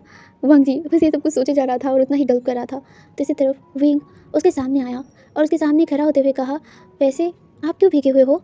ये कहकर वो उसकी तरफ देखा और उसकी नज़र एकदम वांग जी की शर्ट की तरफ गया जो भीग चुका था। उसने अपना ब्लेज़र तो कब का नीचे फेंक चुका था, तो अभी वो बस अपनी शर्ट में था और पैंट में, जहाँ पे उसका शर्ट बहुत बिगड़ा हुआ हालत में था, क्योंकि वांग जी बहुत जल्दी जल्दी करके उसके बटन्स को लगाया था। ठीक है, तो कुछ बटन्स ओपन हो रहे थे, आई मीन ओपन हुआ था, जिसे वांग जी जल्दबाजी में लगाया नहीं था। तो विंग जो धीरे से वांग जी के और पास आया, बहुत ज़्यादा, इतना क्लोज कि उनके अंदर सिर्फ थोड़ी सी इंच की ही गैप थी, जिसमें ही वांग जी का हालत बहुत ख़राब हो गया था, बहुत ज़्यादा। उसने अपने दोनों हाथों को और भी कस के मुट्ठी बना लिया था। दूसरी तरफ विंग जो वांग जी की शर्ट को देख रहा था, नहीं शर्ट या फिर वांग जी की बॉडी को, ये वांग जी के माइंड में चल रहा था, क्योंकि विंग की आंखें जो वांग जी की पूरी शर्ट से लेकर पूरी तरह स्कैन कर रही थी उसकी बॉडी को। वांग जी को इससे बहुत ज़्यादा अजीब सा लगा, उसका तो पूरा बॉडी गूज़ बम्प कर गया था। उसकी हेड के पीछे से जैसे कि हेयर्स थी ना, एकदम खड़े हो चुके थे, एकदम रोंगटे खड़े हो गए थे, ऐसे लग रहे थे, जहाँ पे आज विंग उसे बहुत डेंजरस लग रहा था, बहुत ज़्यादा डेंजरस प्लस हॉट प्लस बहुत ज़्यादा एक्सट्रीमली वाला, मतलब एक्सट्रीमली वाला हॉट था। वांग जी क्या कहे, अगर इससे भी ज़्यादा कुछ और होगा ना तो वो चीज़ विंग था, बस यही उसके पास अभी कंक्लूजन के लिए, मतलब कुछ भी क्लियरेंस के लिए था उसके माइंड में। वेल, अब उसके माइंड में तो तूफ़ान चल रहा था, उसके दिल में तूफ़ान चल रहा था। ये कम था क्या कि विंग ने जो हरकत किया, ये वांग जी को और प्रोवोक कर उठा था। वांग जी जो विंग की तरफ देख रहा था, विंग ने ना सडनली अपने दोनों हाथ ना वांग जी के चेस्ट पे रख दिया था, और इसे ना वांग जी बहुत ज़्यादा शॉक और फ्लिंच कर उठा था, उसका बॉडी विजिबली फ्लिंच कर उठा था। वो ना फ्लिंच करते हुए ना विंग की तरफ देख रहा था। विंग वांग जी की तरफ नहीं देख रहा था, वो उसके चेस्ट की तरफ देख रहा था। आई मीन वो चेस्ट के बटन जो ओपन थे ना, वो उसकी तरफ ना अपना हाथ, एक हाथ बढ़ाकर ना उस बटन को ना इसे टच कर रहा था, और उसे टच करते हुए ना एकदम लो टोन में कहा, आपके ये बटन्स ठीक से लगे नहीं हैं, आपकी शर्ट भीगा हुआ है, आपको चेंज कर लेना चाहिए, वरना आपको भी ठंड लग जाएगा। ये कहकर वो धीरे से ना उसकी जो बटन की तरफ से ना धीरे धीरे करके ना और भी नीचे जाने लगा, जिससे वांग जी को ना बहुत अजीब सा लग रहा था। ऑलरेडी तो उसके पूरे बॉडी पे तूफान चल रहा था कि अब वांग जी को और तूफान झेलना पड़ेगा अपने बॉडी पे। वो बस विश कर रहा था कि विंग के क्लोजनेस से उसका वो नीचे वाला एरिया पागल ना हो जाए। आई मीन ये ऑलरेडी पागल हो चुका है, अब और पागल हो जाएगा। वो बस यही समझा रहा था खुद को, और अपना सांसें भी वो रोक चुका था। I mean Wang Ji Wing के टच से ना अपनी सांसों को भी रोक चुका था। दूसरी तरफ विंग जो उसकी हाथों को, आई मीन उंगलियों को, जो वो बटन्स की तरफ एकदम लाइन बाय लाइन जो बटन्स थी ना, उनको बस ऐसे ही टच करते ना एकदम नीचे जा रहा था। पहले तो वो हाथ उसके चेस्ट में था, चेस्ट से होकर उसके स्टमक तक आया, और स्टमक से होते हुए उसके निवल तक चला गया, और निवल से होते हुए इसी वो पार्ट जो वांग जी को बहुत शॉक कर दिया था, वो डायरेक्ट जाकर वांग जी के वहाँ पे रख दिया। यू अंडरस्टैंड ना, आई मीन उसके लोअर एरिया पे बस। और क्या, वांग जी इतना ज़्यादा फ्लिंच कर उठा था, इतना ज़्यादा, उसकी सांसें तो वैसे उसने बहुत हड़बड़ी में छोड़ा था, और वो इतना फ्लिंच हो गया था कि वो थोड़ा सा दूर हट गया। वो दूर आते हुए वांग जी की विंग की तरफ देखा। विंग जो अभी भी वांग जी की तरफ देख नहीं रहा था, वो नीचे अभी भी वांग जी के नीचे देख रहा था। तो विंग को ऐसे देखते हुए ना वांग जी थोड़ा सा दूर हट क्या कर रहे हो, हाँ ये क्या कर रहे हो तुम, हाँ तो तुम यहाँ क्या कर रहे हो, तो तुम रूम में थे ना, तो तुम यहाँ इस स्टडी रूम में कैसे आए, हाँ वो मैंने तो डोर लॉक कर दिया था ना, तो फिर तुम अंदर कैसे आए। ये वो बहुत ही हड़बड़ी में बहुत ही ज़्यादा गहरी सांसें लेते हुए मतलब बोल रहा था। दूसरी तरफ उसकी बात को सुनने के बाद इस बार जाके उसने वांग जी की तरफ देखा, और इस बार वांग जी जिसके गले के साथ साथ उसका पूरा बॉडी एकदम रोंगटे में खड़ा हो गया था, वो विंग की तरफ देखा डरते हुए, जहाँ पे विंग उसकी तरफ देखा बहुत इनोसेंटली, और वो इनोसेंटली बस अपने हाथ को आगे बढ़ाया, और अपने हाथ को जो उसने मुट्ठी बना के रखा था वो ओपन किया, और वांग जी ने उसके हाथों में देखा तो वहाँ पे की था, ये स्पेयर की था, आई मीन उस डोर का। विंग ने स्पेयर की से डोर ओपन किया था, पर उससे नॉक करना चाहिए था ना। वांग जी यही सोचकर, यही सवाल वो विंग से कहता है कि तुम नॉक करके आते, आई मीन स्पेयर की से क्यों आए। दूसरी तरफ ये सुनकर विंग ने ना इस बार जैसे कि थोड़ा सा अनहैप्पीली कहा, मैं क्यों परमिशन लेकर आऊँ, क्या ये घर मेरा नहीं है। ये सुनकर वांग जी शॉक हो गया, उसकी तरफ देखकर वो कहा, हाँ है, आई मीन ऐसा नहीं है, पर तुम्हें नॉक करके आना चाहिए था, और तुम इस हालत में मेरे सामने क्यों आए हो, हाँ। ये कहकर वो ना अपने ही सलाइवा निकलने लगा। दूसरी तरफ ये सुनकर इस बार वांग जी, आई मीन विंग के फेस में ना वांग जी साफ एक्सप्रेशन चेंज देख सकता था, और इस बार थोड़ा सा फ्रस्ट्रेशन प्लस गुस्सा था, प्लस कुछ और ही था जो वांग जी विंग के फेस में देख पा रहा था। इससे पहले वो कुछ और समझ पाया था। इस बार वांगजी विंग ना बहुत जल्दी में उसके पास आ गया, इतनी फास्टली आया कि वांगजी खुद को हिला भी नहीं पाया या फिर खुद को उस जगह से हिला नहीं पाया कि वो एक ही पल में ना एकदम शॉक हो गया, क्योंकि वांगजी का कॉलर विंग ने टाइटली पकड़ लिया था और उसे पकड़ते हुए खींच कर ना उसी जगह पे जो काउच था ना, उस काउच में एकदम धड़ाम से फेंक दिया। ये इतना सडन था कि वांगजी मुंह से कुछ शब्द भी नहीं निकल पाया। वो शॉक होकर विंग की तरफ देखा, जो अभी लिटरली उसे एकदम काउच में फेंक चुका था, और काउच में फेंकने के बाद एकदम वो उसके ऊपर आके बैठ चुका था। वांगजी इससे बहुत ज़्यादा शॉक हो गया था। वो शॉक होकर उसकी तरफ देखा और वो हड़बड़ी में क्या कर रहे हो यार, ये क्या कर रहे हो तुम, और ये क्या है। ये वो बहुत ही गहरी गहरी सांसें लेते हुए कर रहा था, क्योंकि उसे सच में बहुत ज़्यादा अजीब सा लग रहा था, और साथ ही साथ वो शॉक हो गया था विंग की मतलब हरकतों से। वो ऑलरेडी खुद पे बहुत कंट्रोल कर रहा था, और वांगजी भी मतलब विंग की हरकतों से वो और भी ज़्यादा शॉक हो रहा था। तो वो उसकी तरफ देखा और वो कहा, ये क्या क्या कर रहे हो। हाँ, वो बहुत ही लो टोन में कह रहा था इस बार, क्योंकि उसकी सांसें भी बहुत बुरी तरीके से फूल रहा था। अब बस एक बार विंग एक स्टेप ले तो वांगजी बस अपने ऊपर सारा कंट्रोल खो देगा, उसे जो लग रहा था। वेल, दूसरी तरफ वांगजी विंग की तरफ देख रहा था, जो उसे बहुत ही गुस्से में घूर रहा था। इस बार विंग की आंखों में बहुत गुस्सा था, पर गुस्से के साथ साथ उसकी आंखों में कुछ चमक रही थी।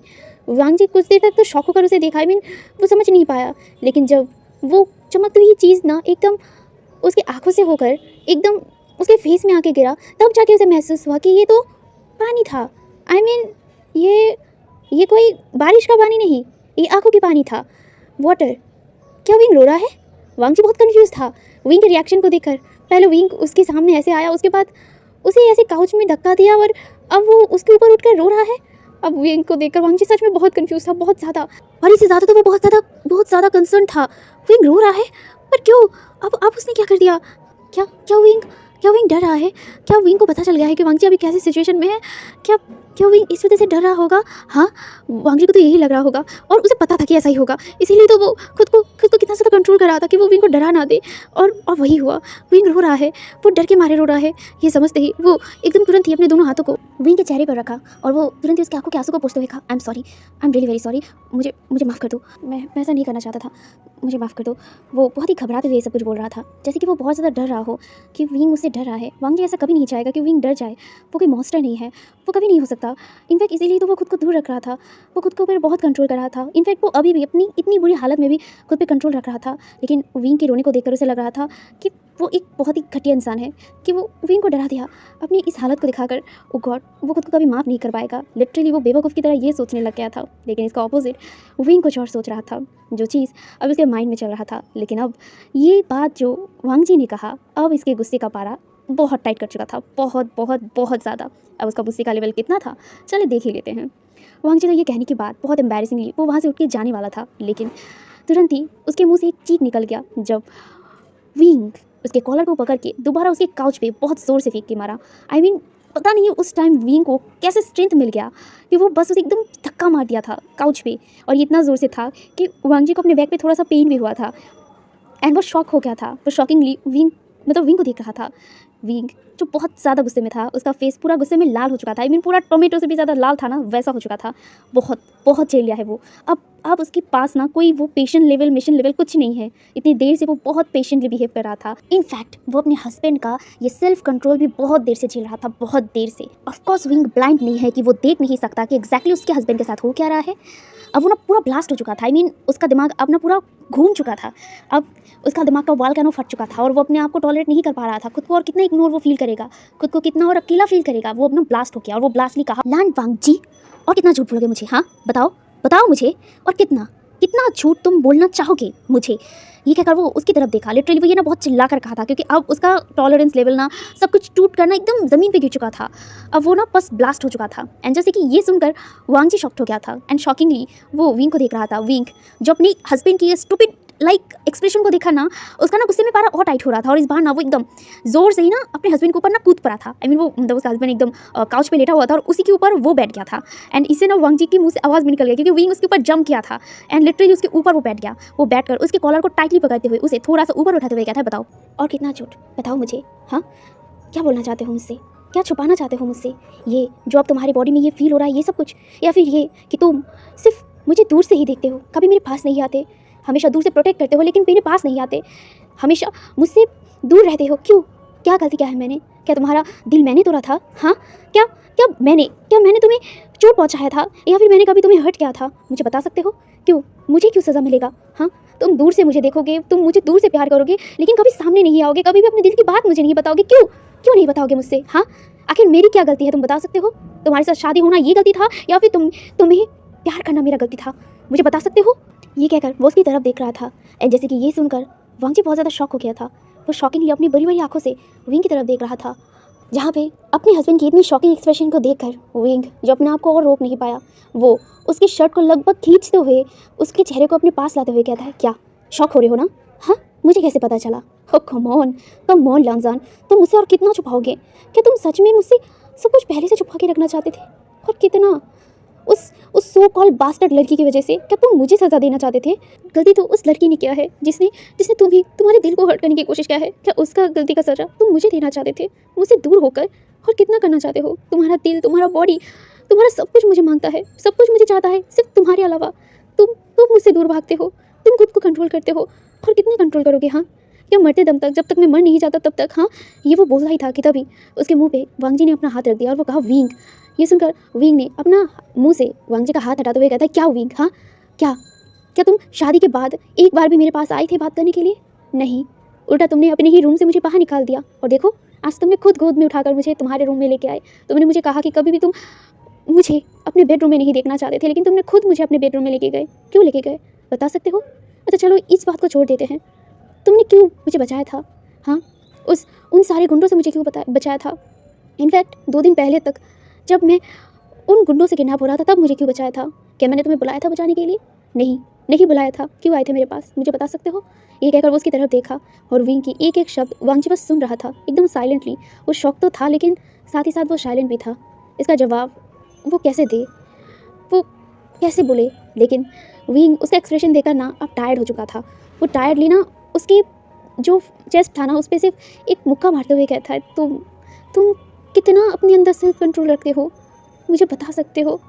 ये कहकर वो उसके चेस्ट पर, उसके हार्ट के ऊपर हाथ रखते हुए कहता है, ये हर्ट किसी और ने दुखाया था, मैंने तो नहीं। तो फिर तुम क्यों मेरे नाजुक हर्ट को दर्द में कर पा रहे हो? क्यों, मुझे बता सकते हो?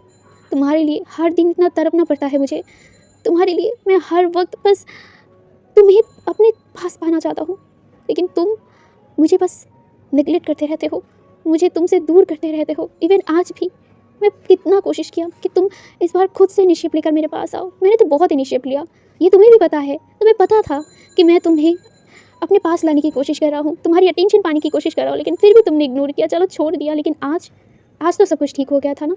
आज तो वो सो कॉल लड़की जिसको तुमने ऑलरेडी शायद बहुत ज़्यादा अपना रिवेंज ले भी लिया था, उसे सबक सिखा दिया था, उस सो कॉल बास्टर्ड लड़की को, तो फिर आज तो तुम फ्री थे ना? आज मैंने इतनी बार तुम्हें अपने तरफ अटेंशन लाने की कोशिश किया, तुम्हें पूरा अपने ऊपर हक दे दिया, लेकिन तुम उस हक को लेने से तो तुमने नकार ही लिया, निगलेक्ट तो कर ही दिया। और ऊपर से अब तुम मुझसे सॉरी बोल रहे हो, माफ़ी मांग रहे हो। क्यों माफ़ी मांग रहे हो? क्या ये तुम्हारा हक नहीं था? क्या एज ए हस्बैंड तुम्हारे ऊपर मेरा कोई हक नहीं है, मेरे ऊपर तुम्हारा कोई हक नहीं है? ये वो बोल रहा था, लेकिन बोलते बोलते उसकी आंखों से आंसू निकल गया था। अब सच कहे तो उसके दिल में सच में बहुत पेन था, क्योंकि वो सच जान चुका था। अब ये जैसे भी जाना हो, ये तो हम लोग बाद में जानेंगे, लेकिन जैसे भी हो वो सच जान लिया था। लान वांगजी ये इंसान किस चीज़ से बना था उसे पता ही नहीं है। उसके अंदर इतना सेल्फ कंट्रोल, इतना ज़्यादा, वो खुद को उसके सामने सौंप दिया था पूरा का पूरा, लेकिन ये बंदा उसे छूने के लिए भी एक बार नहीं आया।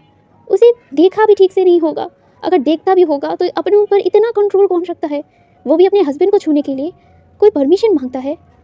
अगर परमिशन भी मांगना हो तो एग्जैक्टली बात तो करना चाहिए ना, लेकिन ये इंसान तो उससे बात भी नहीं करता ठीक से। वाई? क्या साइलेंट लव ही हमेशा ज़रूरी होता है? क्या कोई बात करके प्यार नहीं कर सकता, या उसे केयर दिखाकर प्यार नहीं कर सकता? लेकिन ये इंसान उसे चोरी छुपे प्यार करता है। उस प्यार का क्या फ़ायदा जो चोरी छुपे हो जाए? प्यार को इजहार करना सीखना होता है, जो चीज़ इस सो कॉल उसके हस्बैंड के अंदर नहीं है। और उसका इसी चीज़ पे नाराज़गी है कि तुम एक बार मुझसे बोल तो दो कि तुम मुझे पसंद करते हो या फिर नहीं। अगर नहीं करते तो फिर क्यों मेरे लिए सब कुछ कर रहे हो? क्यों मुझे चोरी छुपे प्रोटेक्ट कर रहे हो? क्या मैंने तुम्हें कहा था अपने पास आने के लिए? नहीं, लेकिन फिर भी तुम मेरे पास आ रहे हो, वो भी चोरी छुपे। तो एक इंसान जो तुम्हें पहले से प्यार करने लगा है, वो कैसे ये सब कुछ बर्दाश्त कर ले? और एग्जैक्टली यही उसका पॉइंट था, और इसीलिए वो रो रहा था। एंड ये सब कुछ देखकर वांगजी की आंखों में आंसू आ गए थे। अब उसके रोने का कारण यही है कि विंग ने गलत नहीं कहा है हालांकि वो इग्नोर करना नहीं चाहता था, पर कहीं ना कहीं उसकी गलती थी। विंग ने गलत नहीं कहा। उस चिंगशाओ की गलती का सज़ा विंग क्यों भुगते? उसने तो कुछ नहीं किया ना, तो फिर वो क्यों ये सब कुछ झेलेगा? उसके दिल के हाल के बारे में तो विंग को भी पता नहीं था, तो बेचारा विंग को क्यों ये सब कुछ सफ़र करना पड़ेगा? कहीं ना कहीं विंग का पॉइंट भी तो सही है ना। और ये सब कुछ सोचकर अब उसे बहुत गिल्टी फील हो रहा था और साथ ही साथ खुद पे भी गुस्सा आ रहा था। और विंग को रोते हुए देखकर उसका हार्ट जैसे टूट रहा था। वो इस बार अपने ऊपर कंट्रोल नहीं कर पाया। उसका सेल्फ कंट्रोल अब उससे टूट चुका था और अब वो चाहता भी था कि उसका सेल्फ कंट्रोल टूट जाए। उसने बहुत बहुत खुद पे कंट्रोल किया। उसका कंट्रोल उसने आज बहुत लिमिटेड नहीं अनलिमिटेड उसने कंट्रोल किया, लेकिन अब उसका ये अनलिमिटेड कंट्रोल वो नहीं रख पाया। वो तोड़ दिया और उसने तुरंत ही विंग को एकदम कस के हक कर लिया। उसके हेड को अपने चेस्ट पे रख दिया और उसके कमर से उसे एकदम टाइटली पकड़ के उसे गोद में एकदम अपने गोद में बिठा लिया। वो उसे टाइटली हक करते हुए एकदम लो टोन में उसके कानों में विस्पर करते हुए कहा, I am really very sorry, I am really very sorry, मुझे माफ़ कर दो। मैं स्टूपिड हूँ, मैं सच में बहुत बहुत बुरा वाला स्टूपिड हूँ। मैं मैं मैं समझ नहीं पाया कि मैंने ये क्या कर दिया। मैंने तुम्हें हर्ट किया है ना। I am really very sorry wing, मुझे माफ़ कर दो। मैं ऐसा नहीं करना चाहता था। मैं बस डर डर रहा था। मैं बस तुम्हें खोने से डर रहा था, तुमसे रिफ्यूज़ होने से डर रहा था। बस मैं मैं और मैं वो ये सब कह रहा था, लेकिन उसके मुंह से और कोई शब्द नहीं निकल रहे थे। वो बस उसे कस के हक करके रखा था और उसके हेड पे बार बार किस कर रहा था, उसके फेस पे बार बार किस कर रहा था और वो बस उसे सॉरी बोले जा रहा था। विंग ये सब कुछ सुन रहा था। उसकी आंखों से अभी भी आंसू निकल रहे थे, लेकिन उसका जो गुस्सा था ना, जितनी देर से वल्गनों की तरफ फट रहा था, वो धीरे धीरे करके वांग जी की किसेस से शांत हो रहा था। वांग जी उसके फेस पे भी किस कर रहा था, उसके हेड पे किस कर रहा था, उसके बैक को रब कर रहा था। विंग जैसे रोकर मतलब वो सोवरिंग कर रहा था ना, उस पर बस धीरे धीरे उसे शांत करने की कोशिश कर रहा था। जहाँ पे वांग जी उसे शांत करते हुए कहता है, आई एम सो सॉरी, मैं दोबारा ऐसा कभी नहीं करूँगा, आई प्रॉमिस। मैं कभी भी तुम्हें इग्नोर नहीं करूँगा, कभी भी निगलेक्ट नहीं करूँगा, कभी भी मैं तुमसे अपनी प्यार नहीं छुपाऊंगा। I love you Wing, I really really love you. मैं तुमसे बहुत बहुत बहुत ज़्यादा प्यार करता हूँ। मैं तुम्हारे लिए सब कुछ करने के लिए तैयार हूँ। तुम जो भी कहोगे मैं सब कुछ करूँगा, बस मुझसे दूर मत जाना। मैं ये बर्दाश्त नहीं कर पाऊँगा, please wing. I am really very sorry. तुम चाहो तो मुझे पनिश कर सकते हो, तुम जो चाहो मेरे साथ कर सकते हो, बस मुझसे दूर मत जाना। मैं ये हैंडल नहीं कर पाऊँगा, मुझे माफ़ कर दो। मैं कभी निगलेक्ट नहीं करूँगा, कभी कभी भी नहीं। वो लगातार यही सब कुछ बकवास किए जा रहा था, क्योंकि वो काइंड ऑफ डर भी गया था, क्योंकि विंग अगर उसे छोड़ के चला जाए ये चीज़ वो बर्दाश्त नहीं कर पाएगा। ऑलरेडी उसने एक दर्द झेल कर बाहर निकला था, तो अब दोबारा ये अगर उसके साथ हो गया, आई मीन उसका दिल इस बार टूट गया, तो ये शायद ज़िंदगी भर उसके मौत के एंड तक, आई मीन उसके डेथ के एंड तक शायद ठीक नहीं हो सकता। और ये वो जानता है और इसीलिए वो बहुत ज़्यादा डरा हुआ था, बहुत ज़्यादा। और वो उसी तरीके से बहुत ही पॉजिटिवली विंग को हक करके रखा था, जैसे कि वो विंग को कभी नहीं छोड़ना चाहेगा, कभी भी नहीं। उसके उस हाथ को जो विंग ने वांग जी के चेस्ट पे रखा था, वो उसे एकदम कस के पकड़ लिया था, उस पर किस करते हुए बोल रहा था, ये हाथ मैं कभी नहीं छोड़ूंगा, I promise Wing, I really really love you. Wang ji बस ऐसे ही बार बार अपने प्यार का इजहार कर रहा था। वो बस बोल रहा था, आई love you Wing, I really really love you. वो बार बार बस लव यू बोल रहा था, प्यार कन्फेस कर रहा था और ये सारी चीज़ें विंग सुन रहा था। विंग अभी वांग जी के गोद में बैठा हुआ था और वो अभी अपने दोनों हाथों को वांग जी के नेक पे रैप किया हुआ था, अपना अपना फेस वांग जी के चेस्ट पे रखा हुआ था और उसकी बातों को सुन रहा था, उसके हस्बैंड की दिल की धड़कन सुन रहा था। अभी विंग का गुस्सा बहुत ज़्यादा शांत हो गया था। शांत क्या, कहाँ पे चला गया था उसे खुद भी नहीं पता। अभी से बहुत ज़्यादा खुशी हो रही थी अपने हस्बैंड की लव कन्फेशन को सुनकर। वो अपना हेड अपने हस्बैंड के चेस्ट से उठाता है और उसकी तरफ देखता है, जो भी बस उसकी तरफ देखकर अपना प्यार बार बार कन्फेस कर रहा था। आई मीन वो बस बोले जा रहा था बार बार। ये देखकर वांग जी की तरफ विंग बस देख रहा था। उसके फेस में एक क्यूट सा स्माइल था और इस बार उसके फेस में पूरा इनोसेंटनेस आ गया था, वो भी प्योर इनोसेंटनेस, पूरा प्योर। उसका फेस एकदम क्यूटली ग्लो कर रहा था। उसका वो बनी सा स्माइल, उसकी वो बनी थी, उसकी वो क्यूट सी चेरी टाइप का लिप्स जो लिटरली बहुत ज़्यादा टेम्पटिंग था। उसका लिप्स के नीचे वो बोल और उसका पूरा फेस बहुत ज़्यादा ग्लो कर रहा था। वांग जी उसके फेस को देख रहा था। उसका मुँह अभी भी बस एक ही बात मतलब बोले जा रहा था, आई लव यू विंग। एंड दूसरी तरफ वो बस विंग को देखे जा रहा था। विंग जो अपने दोनों हाथों को वांग जी के नेक से होकर वांग जी के चेहरे की तरफ किया और वो उसके फेस को अपने बहुत करीब लाया। वांग जी अभी भी अपने मुंह से बस एक ही शब्द मतलब बोले जा रहा था, लेकिन इसके आगे वो और नहीं बोल पाया, क्योंकि वांग जी की लिप्स अब विंग के लिप्स के साथ अटैच हो गया था। एंड वांग जी जो इससे थोड़ा शॉक हो गया था। दूसरी तरफ विंग अपना लिप्स वांग जी के लिप्स के साथ कंटिन्यू रखकर वो धीरे धीरे करके किस करने की कोशिश कर रहा था। हालांकि वो किस में माहिर बिल्कुल नहीं था। आई मीन ये उसका पहला किस था जो उसने अपने हस्बैंड को दिया था, जहाँ पे वो किस करना नहीं जानता था, इसीलिए उसे बहुत मुश्किल हो रही थी। जहाँ पे उसकी इस मुश्किलात को देखकर वांग जी जो पहले तो थोड़ा शौक होगा एकदम विंग को देख रहा था, वो धीरे से अपने हाथों को विंग के कमर पे और भी टाइटली रैप करता है और उसे पूरी तरीके से अपनी तरफ खींच लेता है और वो इस बार खुद किस को अपने हाथ में ले लेता है। आई मीन वो खुद इस किस को इनिशिएट कर रहा था और वो धीरे धीरे करके विंग को किस कर रहा था, उसके लिप्स पैटल को सक कर रहा था। धीरे धीरे करके वो दोनों इस किस को एंजॉय करने लगे थे। विंग ने अपने दोनों हाथों को वांग जी के नेक के अराउंड रैप कर लिया था और अपने दोनों लेग्स को भी वो उसके ऊपर रैप कर लिया और वो उसे किस करने लगा। ये उन दोनों का फर्स्ट किस था जो वो दोनों से मतलब एक दूसरे से शेयर कर रहे थे। धीरे धीरे ये किस सॉफ्ट से, स्वीट से और भी ज़्यादा डिमांडिंग हो रहा था और साथ ही साथ बहुत ज़्यादा स्मूथ एंड बहुत ज़्यादा एग्रेसिव हो रहा था। ये किस पहले स्वीट था लेकिन स्वीट से अब ये बहुत ज़्यादा डिमांडिंग किस हो गया था, बहुत ज़्यादा। एंड ये इतना डिमांडिंग था कि विंग का हाथ अपना काम करने में लग गया था। उसने एक हाथ धीरे धीरे करके वांग जी के शर्ट की तरफ लेके गया और वो धीरे धीरे उसके शर्ट को ओपन करने लगा और दूसरी तरफ ये देखकर वांग जी खुद को अब और कंट्रोल नहीं कर पा रहा था, लेकिन फिर भी अपना सो कॉल माइंड और अपने जेंटलनेस को दिखाने के चक्कर में वो इस किस को एकदम बीच में ही ब्रेक करता है। और ये देखकर विंग उसकी तरफ कन्फ्यूजनली देखने लगा, जहाँ पे वांग जी जो विंग की तरफ देखा और वो खुद इनोसेंटली एकदम लो टोन में कहा, विंग क्या तुम सच में ये चाहते हो? देखो, मैं नहीं चाहता कि तुम रिग्रेट करो और फिर से तुम मुझसे दूर चले जाओ, इसीलिए हमें सोच समझ के करना चाहिए। ये वो कहा ही था कि तभी वांग जी के लिप्स पे उसे बहुत तेज सी बाइट सा फील हुआ था, जिससे वो कराह कर उठा था। वो विंग की तरफ देखा जो गुस्से में अभी अपने तीत से उसके लिप्स पे बाइट किया था। वो बाइट करते हुए उसकी तरफ घूर के देखा और इस बार थोड़ा गुस्से वाली टोन में कहा, डोंट यू डेयर, मुझे इस बार नेगलेक्ट किया ना तो आई स्वेयर मैं भूल जाऊंगा कि तुम कौन हो, मैं तुम्हें मार डालूंगा यहीं पे। याद रखना, वो युशान ऐसे ही अपने हस्बैंड से बार बार नेगलेक्ट होना पसंद नहीं करेगा और ख़ास करके अब इस सिचुएशन में तुम मुझे अकेला छोड़ के नहीं जा सकते हो। ये कहकर वो उसकी तरफ घूर के देखा और जैसे कि ये नाम सुनकर वांग जी थोड़ा सा शॉक्ड हो गया और वो उसकी तरफ देखने लगा और वो कन्फ्यूजनली कहा, वेट, तुम्हारा फुल नेम क्या है? ये सुनकर वांग जी की तरफ विंग देखने लगा। उसके फेस में एक नर्वस वाली स्माइल आ गई, लेकिन वो एक क्यूट सा स्माइल करते हुए कहा, क्यों, क्या तुम्हें नहीं पता है मेरा नाम? ये सुनकर विंग की तरफ वांग जी घूरने लगा और वो घूरते हुए कहा, मुझे पता है कि तुम्हारा नाम विंग है, पर वी वुशियान, क्या तुम वी कॉर्पोरेशन का सीईओ हो? ये कहकर वो उसकी तरफ चौंक कर देखा, जैसे कि उसे एक बहुत बड़ा सा झटका लगा था। उसने तो कभी सोचा ही नहीं था कि विंग वी कॉर्पोरेशन का सीईओ, उसे कभी सोचा ही नहीं था। वो शॉकिंगली उसकी तरफ देखा एंड उससे जवाब मांगा और उसके जवाब में विंग ने बस उसकी तरफ एक ऑकवर्ड स्माइल किया।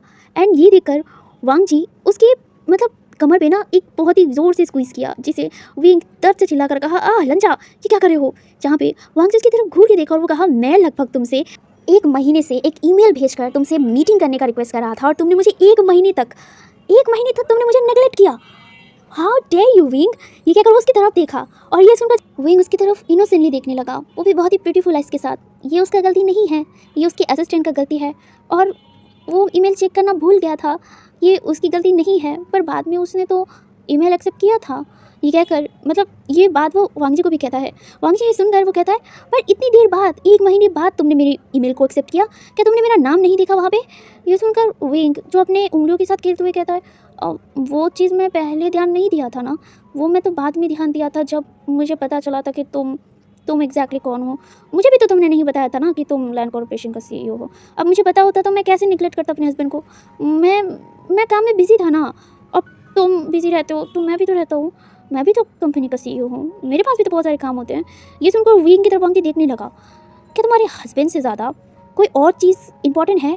ये सुनकर विंग उसकी तरफ पपी ऐसे करते हुए कहा, आई एम सॉरी ना, मैंने नहीं देखा ना। ये कहकर वो अपने दोनों हाथों को उसकी गालों पे रखते हुए कहता है, आई एम सो सॉरी हस्बैंड। ये कहकर वो उसकी तरफ पपीली देखने लगा था और ये सुनकर विंग की तरफ वांग जी घूर के देखने लगा था। उसकी आईज़ पहले तो अनरीडेबल थी, लेकिन धीरे धीरे उसकी आंखों के साथ साथ उसका फेशियल एक्सप्रेशन चेंज होने लगा और वो एकदम स्मिक करते हुए कहा, हस्बैंड। ये कहकर धीरे धीरे करके अपने हाथों को वो शर्ट के अंदर लेके जाने लगा और वो धीरे से कहा, तो हस्बैंड ने अब गलती कर ही दिया है तो इसका पनिशमेंट तो मिलना चाहिए ना। ये कहकर वो उसकी तरफ देखा और ये सुनकर विंग उसकी तरफ देखने लगा था, वो भी घूर के, और साथ ही साथ एक स्मिक के साथ वो अपने दोनों हाथों को वांग जी के नेक पे रैप करता है और वो उसकी तरफ देखते हुए कहता है, हस्बैंड, वैसे पनिशमेंट तो आपको भी मिलना चाहिए, नेगलेक्ट तो आपने भी मुझे किया, तो दोनों ही तो बराबर हुए ना। ये सुनकर विंग की तरफ वांग जी बहुत ही ज़्यादा सिडक्टिवली देखते हुए कहता है, but your punishment first wing, because you neglect me 1 month, imagine it, तुमने मुझे पूरे 30 डेज़ तक नेगलेक्ट किया है, तो पनिशमेंट तुम्हें मिलना चाहिए पहले, उसके बाद अगर तुम मुझे पनिशमेंट देना चाहते हो as your wish, but now it's my turn baby. ये कहकर वो नॉटी लिस्ट की तरफ देखा और धीरे धीरे अपना फेस वांग जी विंग के लिप्स की तरफ किया और अपने लिप्स के साथ उसके लिप्स को अटैच कर दिया। एंड वांग जी बहुत ही ज़्यादा पॉसेसिवली उसे किस करने लगा था, बहुत एग्रेसिव, जैसे कि वो अब खुद के ऊपर कंट्रोल नहीं कर पा रहा था। वो बहुत देर तक अपने ऊपर होल्ड करके रखा था, लेकिन अब उसकी डिज़ायर बहुत ज़्यादा बाहर आ रही थी, बहुत बहुत ज़्यादा, और ये एक्सट्रीम लेवल का था। वो अब खुद के ऊपर और कंट्रोल नहीं कर पा रहा था। वो विंग को एकदम कस के पकड़ लिया था और वो उसे एकदम अपनी बॉडी के साथ एकदम अटैच कर लिया था, एकदम पूरी तरीके से, एकदम बिना स्पेस छोड़े, जहाँ पे वो बहुत ही एग्रेसिव और बहुत ही पॉसेसिवली किस कर रहा था। ये किस बहुत ही ज़्यादा पागल की तरह हो रहा था। ये किस माउथ टू माउथ बहुत ही ज़्यादा मेसी हो रहा था, बहुत ही ज़्यादा। वो दोनों इस किस में जैसे खो चुके थे। वो दोनों किस करते हुए अपने मुंह से नॉइजेस निकाल रहे थे। वांग जी विंग के शर्ट के अंदर अपना पूरा हाथ डाल दिया था और वो उसकी बॉडी को टच कर रहा था और इससे विंग मौन कर रहा था किस के बीच में ही। लेकिन वो दोनों अभी भी किस को ब्रेक नहीं किया था। वांग जी किस करते हुए ही उसे एकदम अपनी गोद में उठा लिया था, जहाँ पे विंग ने अपने दोनों लेग्स को वांग जी के वेस्ट पे रैप कर लिया था और अपने दोनों हाथों को वांग जी के नेक पे, जहाँ पे वो दोनों अभी भी किस कर रहे थे। और किस करते हुए विंग को लेकर वांग जी उस स्टडी रूम से बाहर निकल गया और उसे लेकर डायरेक्ट अपने रूम पे चला गया। एंड वहाँ जाते ही वो विंग को लेकर एकदम बेड पर गिर गया था। उन लोगों ने अभी भी अपना किस ब्रेक नहीं किया था। वो दोनों अभी भी बहुत ज़्यादा पैशनेटली किस कर रहे थे, वो भी बहुत ही ज़्यादा पैशन के साथ। वो दोनों जैसे कि किसके लिए थक नहीं रहे थे, उन्हें ये बहुत ज़्यादा अच्छा लग रहा था, बहुत ज़्यादा। वो दोनों तकरीबन बहुत देर तक किस करते हैं, बहुत देर तक। जब विंग ब्रेथ आउट हो जाता है, वो वांग जी के चेस्ट पे मारने लगा था उसे रोकने के लिए, क्योंकि वो ब्रेथ नहीं ले पा रहा था ठीक से, वो सांसें ठीक से नहीं ले पा रहा था। ये देखकर तब जाके वांग जी ने विंग को छोड़ा था और वो उसे छोड़ते ही बहुत ही डीपली ब्रेथ लेने लगा और सेम टाइम पे विंग भी मुंह खोल के ब्रेथ लेने लगा था। वो बहुत ज़्यादा हाँफ रहा था। वांग जी जो विंग की तरफ देख रहा था, विंग का पूरा फेस पूरा रेड हो गया था, पूरा लाल हो गया था और उसका फेस ब्लश भी कर रहा था। उसके फेस में स्माइल था, सेटिस्फेक्शन था, खुशी था। और ये देखकर कहीं ना कहीं वांग जी भी बहुत ज़्यादा खुश था। फाइनली उसे अपना ट्रू लव मिल गया था, जो सिर्फ विंग था। हाँ, विंग उसका ट्रू लव था, उसका प्यार था, जो उसे बहुत ज़्यादा प्यार करता है। जहाँ पे वांग जी की तरफ विंग देख रहा था, वो भी बहुत सॉफ्ट आइज़ के साथ उसने अपने हाथ को वांग जी के फेस पे फहराया और वो उसके लिप्स पे एक छोटा सा टैप करते हुए कहा, and I love you too. ये कहकर वो स्माइल किया और साथ ही साथ ब्लश भी। वो शर्माते हुए कहा, पर प्रॉमिस मी तुम फिर से मुझे कभी नेगलेक्ट नहीं करोगे लंजा। ये कहकर वो उसकी तरफ सीरियसली देखा, क्योंकि वो इस बार नहीं चाहता था कि फिर से उसका हस्बैंड कभी उसे निगलेक्ट करे, उसे इग्नोर करे। और जैसे कि वांग जी को भी समझ आ गया, वो अपना हाथ उसके उसी हाथ में दिया जो विंग ने बना के रखा था और वो उस हाथ को लेकर किस करते हुए कहा, आई प्रॉमिस यू, मैं कभी तुम्हें निगलेक्ट नहीं करूँगा, क्योंकि तुम मेरी मेरी वो दिल का वो बीज हो जिसने तुमने खुद बोया है, वो प्यार का धागा हो जिसे तुमने खुद अपने हाथों से बनाया है और मैं इसे कभी टूटने नहीं दूंगा। I promise you Wing. ये कहकर वो उसके फॉरहेड पे किस किया और ये सुनकर वो विंग उसके चेस्ट पे मारते हुए कहा, लंजा प्लीज़ ऐसी बात बोलने से पहले एक बार मुझे वार्निंग दो, मेरा ये पोर हार्ट ये बर्दाश्त नहीं कर पाएगा, तुम कब से इतना टॉकेटिव होने लगे।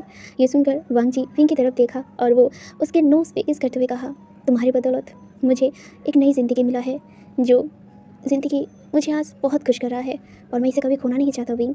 ये कहकर वो उसे फिर से किस करने लगा और ये सुनकर विंग की आंखों से एक छोटा सा आंसू निकल गया था, पर ये खुशी के आंसू थे। वांग जी के मुंह से वो सारी बातें सुनकर और वो किसके बीच में स्माइल कर रहा था और दोबारा वांग जी को अपनी तरफ खींच लिया और वो भी इस किस को एंजॉय करने लगा। धीरे धीरे वो दोनों दोबारा अपने इस किस को डीप करते गए और कुछ देर में ही वो दोनों किस को ब्रेक किया। विंग जो वांग जी की तरफ देख रहा था और वांग जी अब बहुत ही लस्टफुली इसकी तरफ देख रहा था। वांग जी भी अब अपने ऊपर कंट्रोल कर नहीं पा रहा था और ये चीज़ विंग बहुत अच्छे से समझ पा रहा था, जो समझने के बाद वो ब्रश करते हुए अपना हाथ उसके पैंट की तरफ लाते हुए कहता है, I want you, don't control your self please. ये कहकर वो उसके नोज़ पे किस किया और वो कहा, पर be gentle, it's my first time Linja. ये कहकर वो शर्माते हुए अपना जो आइस था वो एकदम बंद ही कर लिया था। उसे बहुत शर्म आ रहा था ये बोलने में, पर हाँ वो चाहता था, वांग जी को चाहता था, क्योंकि वो वांग जी से बहुत प्यार करता है और वो ये एहसास कर चुका था और वो कभी भी वांग जी को अपने आप से दूर जाने नहीं देना चाहता था।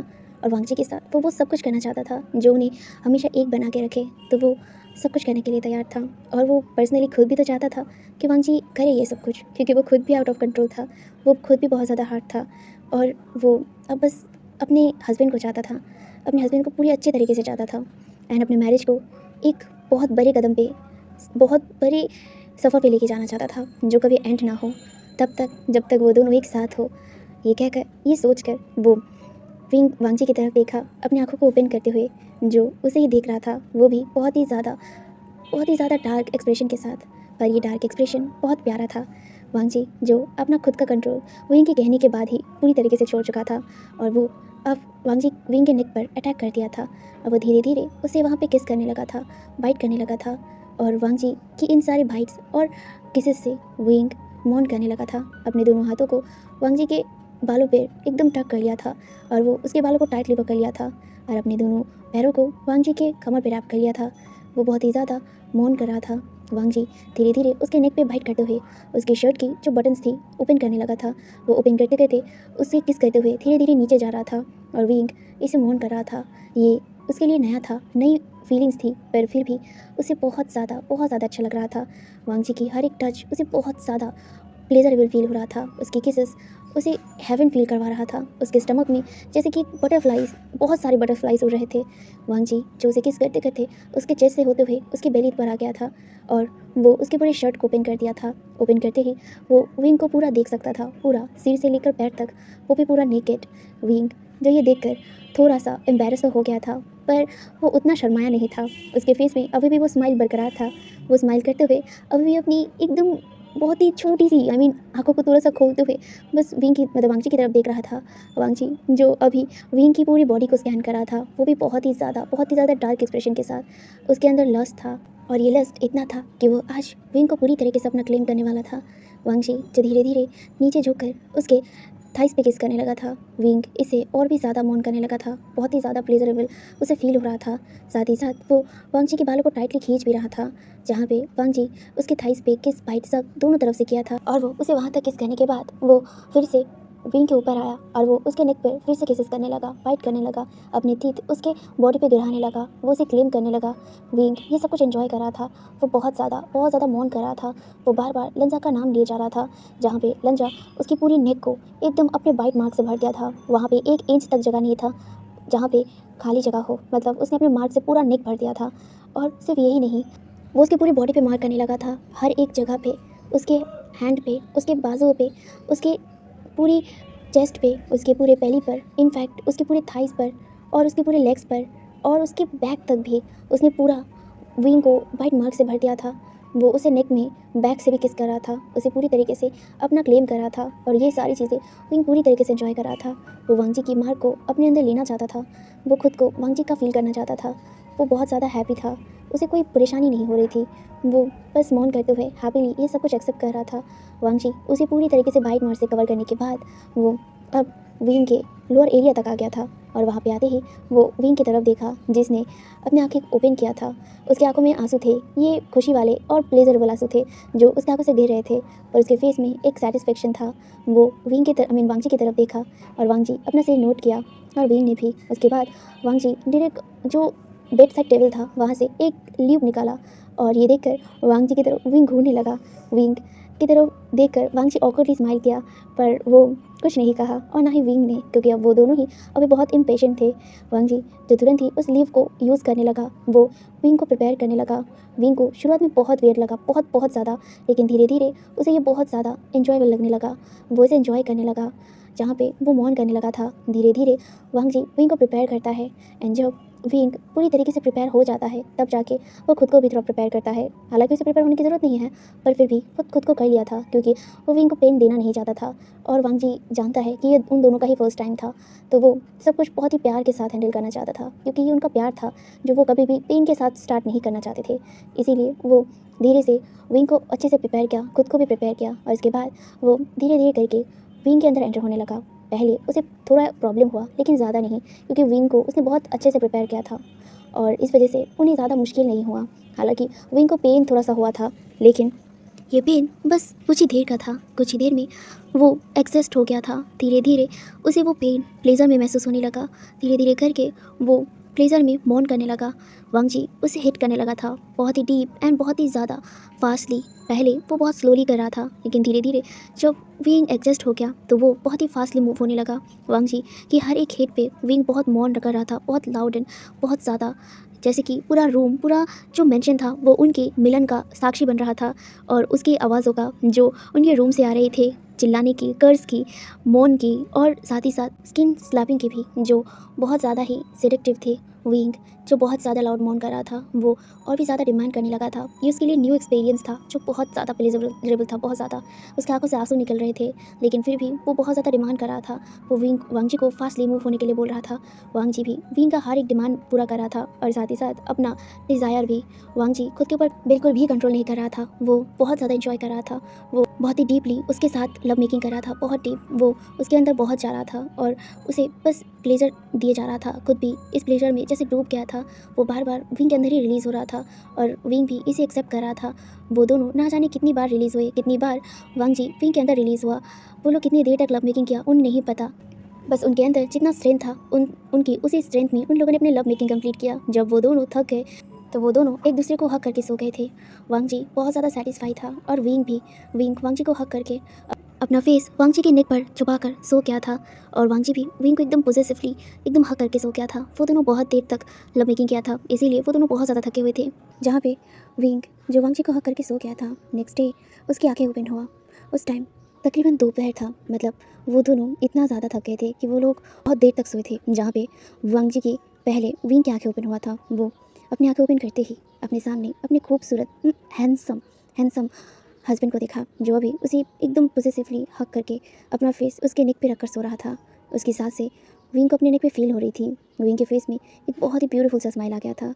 वो अपना हाथ विंग के वांग जी के सिर पे रखा और वो उसे रब करते हुए अपने मन ही मन सोचने लगा, फाइनली मैं अपने हस्बैंड को अब पूरी तरीके से पा चुका हूँ और वो भी उनके बदौलत। जब वो ये सोचा तुरंत ही उसके दिमाग में कुछ क्लिक किया। वो तुरंत ही अपने फ़ोन को बेड साइड टेबल से लिया और फिर वो तुरंत ही किसी को टेक्स्ट किया। उसमें उसने कहा, थैंक यू अंकल मेरी हेल्प करने के लिए। बस इतना ही टेक्स्ट उसने किया और उसके बाद वो फ़ोन को देखने लगा। उसके फेस में एक बहुत ही प्यारा सा स्माइल था और वो स्माइल करते हुए बस उसे देख ही रहा था कि सडनली उसे अपनी कमर पे कुछ फ़ील हुआ और जब उसे ये फ़ील हुआ उसके फेस में और भी ज़्यादा बड़ी सी स्माइल आ गई और वो तुरंत ही अपने हस्बैंड की तरफ मुड़ा, जो अभी भी उसे घूर रहा था। वो उठ चुका था और वो अभी लिटरली विंग को घूरे जा रहा था, वो भी बहुत ही डार्क आइज़ के साथ।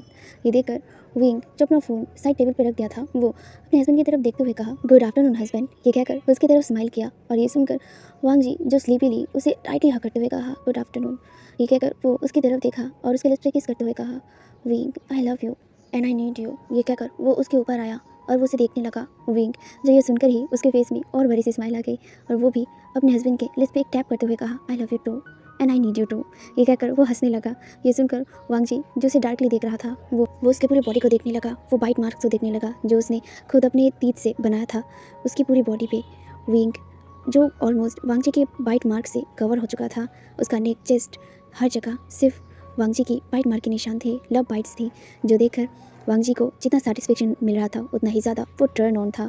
और ये चीज़ विंग बहुत अच्छे से फील कर पा रहा था क्योंकि वो लोग अंदर से अभी पूरी तरीके से नेकेड थे। वो लोग ब्लैंकेट के अंदर थे और ब्लैंकेट के अंदर विंग फील कर पा रहा था वांग जी के लिटिल लाइन को। और ये फील करते ही उसके फेस में एक नॉटी स्माइल आ गया और वो अपने दोनों हाथ को वांग जी के नेक पे रखते हुए कहा, क्या अभी भी तुम्हारे अंदर सेल्फ कंट्रोल है खुद को रोकने की? हाँ। ये कहकर वो अपना एक उंगली उसके नेक पर फहराते हुए कहा, लगता है अभी भी मेरा हस्बैंड खुद को रोक रहा है अपने कंट्रोल खोने से। ये कहकर वो उसकी तरफ देखा और वो उसकी गालों को रब करते हुए कहा, लेंचा डोंट कंट्रोल योरसेल्फ, मैं तुम्हारा हूँ और सिर्फ मैं तुम्हारा बन के रहूँगा। तुम मुझे जैसे चाहो वैसे यूज़ कर सकते हो पूरी तरीके से, मैं तुम्हारा हूँ, बस तुम यूज़ करो मुझे अपने तरीके से। ये कहते हुए वो एक नॉटी सा स्माइल कर रहा था। उसके फेस में नॉटीनेस था पूरी तरीके से। वो बहुत ही ज़्यादा नॉटीली अपना हाथ वांग जी की बॉडी पे फहराने लगा था। उसके हाथ वो धीरे धीरे नीचे लेके जा रहा था, अपने हस्बैंड की लिटिल लाइन को टच कर रहा था। और ये सारी बातें जो वांग जी ने सुना था, वांग जी का कंट्रोल अभी भी जो थोड़ा बहुत था, वो सारे कंट्रोल को उसने अभी एकदम लात मार के घर से बाहर निकाल दिया था और वो अब विंग के ऊपर पूरी तरीके से टूट पड़ा था। उसके साथ अब बहुत ही ज़्यादा रफ इंटीमेट हो रहा था।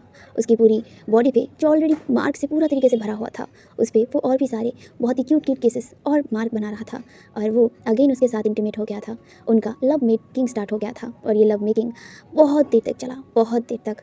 और ये कितनी देर तक चला विंग को पता ही नहीं था। विंग ने एकदम लायन के मुंह में ना हाथ दे दिया था और लायन जो ऑलरेडी खुद पे इतना कंट्रोल कर रहा था और उस कंट्रोल को विंग ने तोड़ दिया था और तोड़ने की वजह से तब उसको इसका बहुत बुरा वाला अंजाम फील होने लगा था। पहले तो विंग अपने हस्बैंड की एग्रेसिवनेस जितना भी ज़्यादा उसके ऊपर फोर्स किया जा रहा था, फोर्स नहीं, ये उसके लिए बहुत ज़्यादा मतलब प्लेजरेबल था वो धीरे धीरे करके अब पेन में बदलने लगा था।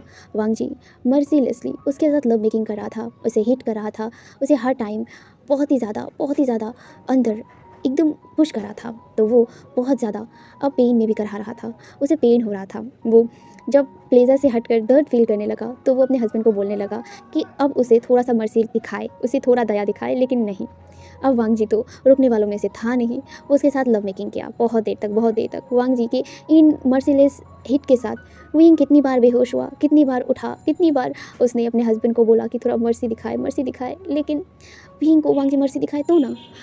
लास्ट में जाके वांग जी के सामने विंग हार मान गया और वो चुप बैठ गया तब तक के लिए, जब तक उसका हस्बैंड शांत ना हो जाए, उसके हस्बैंड का बीस्ट शांत ना हो जाए। और फाइनली जाके उसके हस्बैंड का जब बीस्ट शांत हुआ तो विंग का हालत बहुत बुरा हो गया था, बहुत बुरा। वो अपने हस्बैंड को कोसने लगा था, वो कर्स कर रहा था, उसे भूले जा रहा था, तुम कितना ज़्यादा बीस्ट हो, तुम मुझे छूओगे नहीं, तुम बहुत बुरे हो, क्या तुम थोड़ा सा भी मर्सी मुझ पर नहीं दिखा सकते। कितनी सारी वो बातें सुनाया, लेकिन ये सारी बातें वांग जी के कानों में नहीं गया। वांग जी जो विंग का थोड़ा ठीक हुआ क्या नहीं, उसमें ही दोबारा वो उसके साथ लव मेकिंग किया। विंग तो बेचारा थक गया था, पूरी तरीके से थक गया। ऑलमोस्ट वो लोग 3 दिन तक ऑफिस नहीं गए, ना ही बाहर गए थे मेंशन से। मेंशन में जो भी गार्ड्स जिनको विंग ने ऑलमोस्ट छुट्टी दिया था 2 दिन का, वो लोग 2 दिन बाद ही आ गए थे, लेकिन उन दोनों ने उन लोगों ने विंग एंड वांग जी को डिस्टर्ब नहीं किया था। और यहाँ पे उन लोगों की खाना जो रूम के बाहर दे दिया जाता था, एज ए वांग जी का ऑर्डर, और उसके बाद सारी मेट्स चले जाते थे और 3 दिन तक Wing and Wang Ji room में ही थे। हाँ, 3 दिन तक वो लोग रूम में ही थे और 3 दिन तक विंग का बुरा हाल हो चुका था। पर वो कंप्लेन करता ज़रूर था, पर इससे वो नाराज़गी नहीं था। वो अपने हस्बैंड के प्यार को समझता था, उसका हस्बैंड कितना पॉजिटिव है। और यहाँ पे लव मेकिंग के दौरान उसे एक चीज़ पता चला जो उसे बहुत ज़्यादा फ़नी लगा था। उसके हस्बैंड को बनी से जेलसी हुई है। हाँ, जो भी उसने बनी की बात उठाया था कि उसे बनी दिखना है, वो बनी को कितने दिनों से नहीं देखा है, तो वो ये बात सुनकर उसका हस्बैंड बहुत जेलस हो गया और वो उसको बोल भी दिया कि तुम बनीस के पास नहीं जाओगे और ना ही बनीस को तुम्हें छूने दोगे।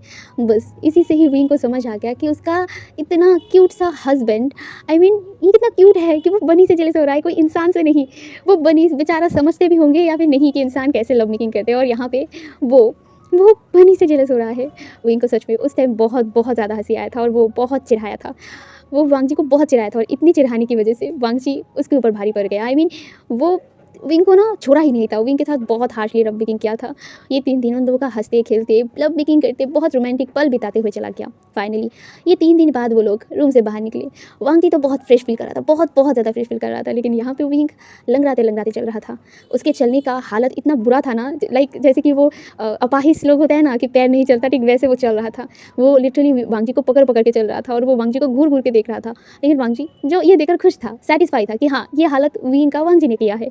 वांग जी उसे लेकर बाहर आया, उसे मेडिसिन दिया और उसके बाद वो उसके साथ बात किया, कई सारी बातें हुई उनमें। और इस बात के दौरान सडनली ही वांग जी ने विंग को पूछ लिया था कि उसे इन सब के बारे में कैसे पता चला, लेकिन पता नहीं क्यों विंग ने इस बात को इग्नोर कर दिया था और उसके बाद उसने इस टॉपिक को छोड़ के वो प्रोजेक्ट के बाद बोलने लगा।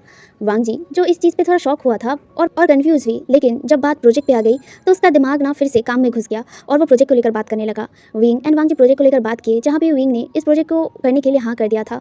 विंग की इस बात को सुनकर वांग जी बहुत हैप्पी हो गया था। वो तो लगभग उसके साथ एकदम चिपका ही हुआ था। अब उसके बॉडी में बहुत पेन था, विंग के बॉडी में बहुत पेन था, लेकिन फिर भी वांग जी उसे एक भी पल नहीं छोड़ रहा था। वो उसे एकदम हक करके रखा, उसे ना जाने कितनी बार किस किया, कितनी बार चिक्स पे किस किया, कितनी बार नेक पे किस किया। विंग जो ये सब कुछ देख रहा था और बस घूरे जा रहा था वांग जी को, लेकिन उसे कुछ नहीं कहा। जहाँ पे वो लोग काम की बात कुछ देर करते हैं, उसके बाद कुछ देर तक गार्डन में घूमते हैं। उनका टाइम ऐसे ही बीत गया था। अब यहाँ से टाइम स्किप होता है, हमें लगभग 2 महीने बाद दिखाया जाता है। हाँ, 2 महीना हो गया था और ये 2 महीना विंग एंड वांग जी का बहुत ज़्यादा स्वीट मोमेंट से भरा हुआ था। जहाँ पे पहले 1 महीना वो लोग अपनी हनीमून ट्रिप पे गए थे। हाँ, इस बार फिर से वांग जी विंग को लेकर हनीमून ट्रिप पे गया था। वो दोनों हनीमून पे बहुत ज़्यादा एंजॉय किया था। विंग जो सबसे ज़्यादा यहाँ पे हैप्पी था, हैप्पी के साथ साथ बहुत ज़्यादा पेन में भी था, और पेन का रीज़न उसका हस्बैंड था। उसका हस्बैंड का बीस्ट जब जाग जाता है ना, उसका हालत इतना बुरा हो जाता है, इतना बुरा हो जाता है कि वो क्या ही कहे। वो पूरा दिन अपाहिज की तरह चलता है, वो चल नहीं पाता है। और इसको लेकर वो वांग जी को बहुत कंप्लेन करता है, वो उसे बहुत डांटता है, उसे दूर हटाता है, लेकिन विंग को वांग जी छोड़ता ही नहीं था, एक भी पल नहीं। और खास करके जब भी विंग को बहुत पेन होता था, जब भी उसे चलने में बहुत तकलीफ होता था, तो विंग को वांग जी अपने गोद में उठा के लेके चलता था। वो लोग बहुत रोमांटिक कपल की तरह वहाँ पे गए थे। इस बार वो लोग थाईलैंड घूमने गए थे, एंड थाईलैंड में उन लोगों ने अपना पूरा का पूरा 1 महीना बिताया था। हाँ, पूरा 1 महीने का ट्रिप था और वहाँ पे विंग का सबसे बुरा हाल हुआ था। वो कंप्लेन भी करता है और कहीं न कहीं वो हैप्पी भी हुआ था। कंप्लेन इस वजह से है कि उसे हर रात को बहुत ज़्यादा थकना पड़ता था। अपने हस्बैंड की बीस्ट को शांत करने में लग जाता था। लगभग उसकी हालत इतनी हो जाती थी कि वो कितनी बार बेहोश होता, कितनी बार। लेकिन हमारा वांग जी रुकता ही नहीं था। वो कितनी बार मतलब विंग ने बेग किया कि रुक जाओ, लेकिन वांग जी रुके तो ना। लगभग विंग थक ही गया था बोलते-बोलते, तो वो बोलना भी बंद कर चुका था। वो बस अपने हस्बैंड के सैटिस्फाई होने का इंतज़ार करता और जब हो जाता तब जाके वो एक गहरी सी ब्रीथ लेता। वो बस अपने हस्बैंड को हग करके सो जाता। हालाँकि वो ये चीज़ नोटिस नहीं करता कि वांग जी कितना ध्यान से ख्याल रखता है। वो उसे पेन किलर खिलाता है, उसका हमेशा बैक में मसाज करता है और वो उसे हमेशा कैरी करते हुए चलता है। वांग जी विंग को कभी भी गोद से उतारता ही नहीं था, वो उसे लेकर चलता था और सब लोग बस उनकी तरफ घूर-घूर के देखते थे। विंग को इससे बहुत ज़्यादा शाय फ़ील होता था। वो वांग जी को कहता भी था कि उसे नीचे उतार दे, लेकिन वांग जी को मतलब इससे कोई फ़र्क ही नहीं पड़ता था। वो उसे उतारता ही नहीं था। वो उसे लेकर चलता था, वो उसे लेकर घुमाता था। हर जगह वो लोग फ़न किया, अपना क्वालिटी टाइम स्पेंड किया। विंग वांग जी को जान रहा था, वांग जी विंग को जान रहा था। यही तो एक प्यार का निशानी होता है, एक दूसरे के जानने का। और ये चीज़ विंग एंड वांग जी बहुत अच्छे तरीके से फ़ील कर पा रहे थे। और वो 1 महीना उन लोगों का pain plus happiness plus romance plus सारी चीज़ों से भरा हुआ था। सारी फीलिंग्स जो विंग एंड वांग जी के प्यार को और भी गहरा करता गया। और फाइनली इन लोगों ने 1 महीने का ट्रिप कंप्लीट करके अपना घर वापस आए। चाइना वापस आने के बाद वो लोग अपने प्रोजेक्ट को लेकर लग गए थे। वांग जी और विंग उस प्रोजेक्ट पे बहुत मेहनत कर रहे थे। वो प्रोजेक्ट को लेकर बहुत सीरियस थे। इनफैक्ट वांग जी और विंग सोच लिया था कि वो लोग इसको लेकर कोलैबोरेशन करेंगे और ये चीज़ उन लोगों ने पब्लिकली अनाउंस भी कर दिया था और ये चाइना का हेडलाइन बन गया था क्योंकि वांग जी एंड विंग का कंपनी बहुत बड़ा था और दोनों कंपनी के साथ कोलैबोरेशन ये हेडलाइन तो बनेगा ही ना। तो फाइनली इन लोगों ने 1 महीने तक इस प्रोजेक्ट को लेकर मतलब काम किया। हालाँकि इसी दौरान हमेशा वांग जी विंग के साथ ही चिपका रहता था। उन लोगों का रोमांस बंद नहीं हुआ था। अगर प्रोजेक्ट को लेकर वो लोग ऑफिस में मिलते भी थे तो ऑफिस में भी वांग जी विंग को छोड़ता नहीं था। वहाँ पे भी उनका लव मेकिंग रहता था इंक्लूडेड। अगर कभी काम में बहुत बिजी होता था तो वांग जी विंग को ना अपने गोद में बिठाकर काम करता था और वहाँ पे उन लोगों का लव मेकिंग होता था प्लस काम भी होता था। और इनका ऐसे ही रोमांटिक प्लस वर्क प्लस अपनी हर क्वालिटी टाइम प्लस सब कुछ मिलाकर उनका ये 2 महीना बीत गया था। फाइनली 2 महीने बाद उनका प्रोजेक्ट कंप्लीट हुआ और ये बहुत सक्सेसफुली हुआ। यहाँ पे उन लोगों को बहुत बहुत ज़्यादा प्रॉफिट मिला। विंग एंड वांग जी का कंपनी इसमें और भी ज़्यादा बेहतर तरीके से इसे एक्सप्लोर किया एंड यहाँ पे प्रोजेक्ट की जो सक्सेस था उसकी वजह से विंग एंड वांग जी ने सोच लिया था कि वो लोग एक पार्टी थ्रो करेंगे और पार्टी के साथ साथ यहाँ पे विंग जो एक सरप्राइज़ वांग जी के लिए तैयार रखा था एंड वो सरप्राइज़ वांग जी को बहुत बुरी तरीके से झटका दे दिया था। उस दिन वो लोग पार्टी का ही प्लान कर रहे थे मतलब अपने प्रोजेक्ट कंप्लीट होने की वजह से। तो वो दोनों ऑफिस में ही थे एंड जब वो लोग ऑफिस में इस चीज़ को लेकर डिस्कस कर रहे थे तो तभी ना विंग अपने मुंह को पकड़ लिया था। तो ये देखकर वांग जी उसकी तरफ देखा और वो कन्फ्यूजिंगली कहा, क्या हुआ विंग, तुम ठीक तो हो ना? ये कहकर वो उसके कंधे पर हाथ रखा और वो कहा, क्या हुआ, तुम्हारा फेस ऐसा पीला क्यों लग रहा है? ये सुनकर विंग जो अपने हस्बैंड की तरफ देखा और वो अपने आप को संभाल नहीं पाया। वो तुरंत ही ना उठ गया और उठकर ना डायरेक्ट वॉशरूम की तरफ दौड़ने लगा। ये देखकर विंग की तरफ वांग जी कन्फ्यूजनली देखने लगा और वो भी ना उठकर उसके पीछे पीछे चला गया। वो चिल्लाते हुए कहा, क्या हुआ विंग? ये कहकर वो पीछे चला गया और वांग जी जब वो वॉशरूम की तरफ आ गया तो वो देखा कि विंग वॉमिटिंग कर रहा है। पर क्यों? वो उसके पास गया और वो उसके बैक को रब करते हुए कंसर्न के साथ कहा, विंग क्या हुआ तुम्हें? क्या तुमने कुछ उल्टा सीधा खा लिया है? तुम्हारा पेट खराब है? हमें डॉक्टर के पास जाना चाहिए। मैंने कहा ही था कि उल्टा सीधा मत खाओ, तुम बहुत स्पाइसी फूड खाते हो। मैं बताकर थक चुका हूँ कि स्पाइसी फूड मत खाओ। देखा अब पेट खराब हो गया ना। ये कहकर वो उसको बातें सुनाने लगा, उसे लेक्चर देने लगा और वो उसके बैक को रब भी करने लगा बहुत कंसर्न के साथ। कुछ देर तक विंग अपना वॉमिटिंग करता है और उसके बाद वो अपना मुंह साफ करता है और वो मुंह साफ करने के बाद वही गहरी सी ब्रीथ लेता है और वो वांग जी की तरफ देखता है। वांग जी जो उसकी तरफ कंसर्नली देख रहा था वो उसके फेस को पकड़ते हुए कहता है, तुम्हारा फेस पीला पड़ा हुआ है, तुम ठीक नहीं लग रहे हो। मैं तुम्हें कई दिन से देख रहा हूँ पर अब बहुत हो गया, तुम्हारी तबीयत ठीक नहीं है तो डॉक्टर के पास जाना चाहिए। ये कहकर वो उसका हाथ पकड़ता हुआ कहता है, चलो मैं तुम्हें डॉक्टर के पास लेके जाऊँगा। ये कहकर वो उसे खींच कर लेके जाने वाला था कि तभी वांग जी का हाथ विंग ने टाइटली पकड़ लिया और वो उसे वहीं पे रोक दिया। ये देखकर विंग की तरफ वांग जी घूरने लगा और वो कहा, नो एक्सक्यूज़, हमें डॉक्टर के पास जाना चाहिए। ये कहकर वो उसकी तरफ देखा तभी वांग जी के पास विंग एकदम बहुत करीब आ गया। वो उसे लेकर पहले बाहर आया वॉशरूम से और वो उसे लेकर एकदम उसके जो काउच था वहाँ पर बिठा दिया और बिठाने के बाद वो उसके गोद में आके बैठा और वो उसको देखने लगा। वांग जी कन्फ्यूज़ होकर उसको देख रहा था। वो उसे कहता है, विंग देखो अब कोई एक्सक्यूज़ मत देना, मैं नहीं मानने वाला, मैं तुम्हें डॉक्टर दिखा कर रहूँगा। ये कहकर वो उसकी तरफ देखने लगा। वांग जी की बातों को सुनकर विंग उसकी तरफ देखकर स्माइल किया और वो उसके घूरने लगा। विंग का इतना अजीब बर्ताव देखकर वांग जी समझ ही नहीं पाया, वो कन्फ्यूज़ हो गया। वो कह रहा था कि तुम्हें हो क्या गया है, तुम पागल हो चुके हो, देखो तुम्हारी बीमारी के चक्कर में तुम पागल हो गए हो, मुझे अब बहुत टेंशन हो रहा है तुम्हारा। ये कहकर वो उसके फेस को रब करने लगा, उसके पीला हुआ फेस को देखने लगा, जहाँ पे विंग जो वांगजी को देखने लगा था वो उसे बहुत प्यारी तरीके से देख रहा था, वो भी बहुत ही स्वीट से स्माइल के साथ। विंग का ऐसा बर्ताव देखकर वांगजी बहुत कंफ्यूज हो रहा था और बहुत ज़्यादा कंसर्न भी, क्योंकि आज से पहले विंग ने ऐसा बर्ताव नहीं किया था। हालांकि वो कुछ दिन से देख रहा था कि कुछ कुछ बात में विंग बहुत ज़्यादा गुस्सा हो जाता था, तो बहुत ज़्यादा क्लिंगी हो जाता था। हालांकि इस चीज़ से उसे कोई फर्क नहीं पड़ता था, क्योंकि वो खुद ही उसके साथ क्लिंगी रहता था, हर दिन उसके साथ एकदम चिपक के रहता था। वो उसके लिए प्रॉब्लम नहीं था, लेकिन प्रॉब्लम था विंग के खाने को लेकर। वो बहुत ज़्यादा खाता था, इसे लेकर उसे कंप्लेन नहीं, पर वो देख पा रहा था कि यूजुअल से भी वो बहुत ज़्यादा खाना खाता था, पर वो फिर भी इतना पीला क्यों लगता था इतना खाना खाने के बाद भी। यही चीज़ वांगजी को समझ नहीं आ रहा था, और ऊपर से वांगजी वो इनको इतना बेवकूफ़ की तरह हंसते हुए देख रहा था। वो कुछ समझ नहीं पा रहा था, कन्फ्यूजनली वो उसे देख रहा था। और दूसरी तरफ विंग जो कुछ देर तक उसे बहुत प्यारी तरीके से घूरा, और उसके बाद वो अपने हाथ को सडनली उसकी आंखों में रख दिया, वांगजी की आंखों में रख दिया। वांगजी से थोड़ा चौंक गया और वो कहा, विंग क्या कर रहे हो, ये तुम क्या कर रहे हो। वो उसके हाथ को पकड़ लिया, लेकिन इससे पहले कि वो उसका हाथ हटा था कि तभी विंग ने कहा, अपनी आंखें बंद करो लंजा, मुझे कुछ दिखाना है तुम्हें और कुछ देना है। ये कहकर वो उसके चिक्स पे किस किया। ये सुनकर जो विंग था वांगजी था, वो कंफ्यूज हो गया। वो कहा, क्या क्या देना है तुम्हें। जहाँ पे जो विंग था, विंग उसके कान के पास आते हुए एकदम लो टोन में कहा, तुम्हारा हाथ आगे बढ़ाओ। ये कहकर वो उसके कानों पे फूंक किया, जहाँ पे ये देखकर विंग वांगजी को बहुत गुदगुदी फील हुआ, लेकिन उसने बात मान लिया और वो अपना हाथ आगे बढ़ाया। वो हाथ आगे बढ़ाते हुए कहा, पर तुम क्या करोगे विंग, मुझे बता सकते हो, तुम्हारी तबीयत ठीक नहीं है, हमें डॉक्टर के पास जाना चाहिए, और अभी तुम क्या रिडिकुलस चीज़ें कर रहे हो। वो ऐसे ही बातें कर रहा था कि तभी उसे फील हुआ उसके हाथ में कुछ है। वांगजी जो उस चीज़ को पकड़ लिया था, वो उसे समझ नहीं पा रहा था, क्योंकि उसकी आंखों अभी भी बंद था। तो वो कन्फ्यूजन के साथ ना उसे पकड़ के रखा और वो कहा, विंग ये क्या है। ये क्या कर वो उसे पकड़ के देखने लगा कि तभी विंग ने कहा, खुद देखो। ये क्या कर वो अपने हाथों को हटा दिया। वांगजी जो अपने आंखें बंद किया हुआ था, वो धीरे धीरे करके अपने आंखों को ओपन किया।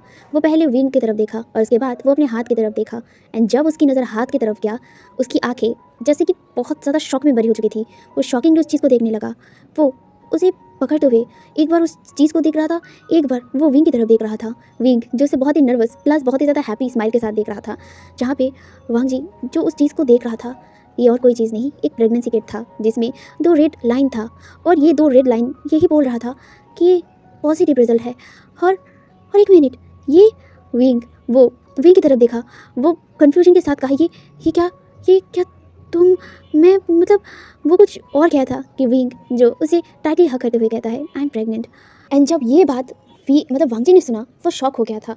वो शॉक होते हुए कुछ देर तक एकदम कुछ समझ नहीं पाया। विंग प्रेग्नेंट है, वो प्रेग्नेंट है, हाँ।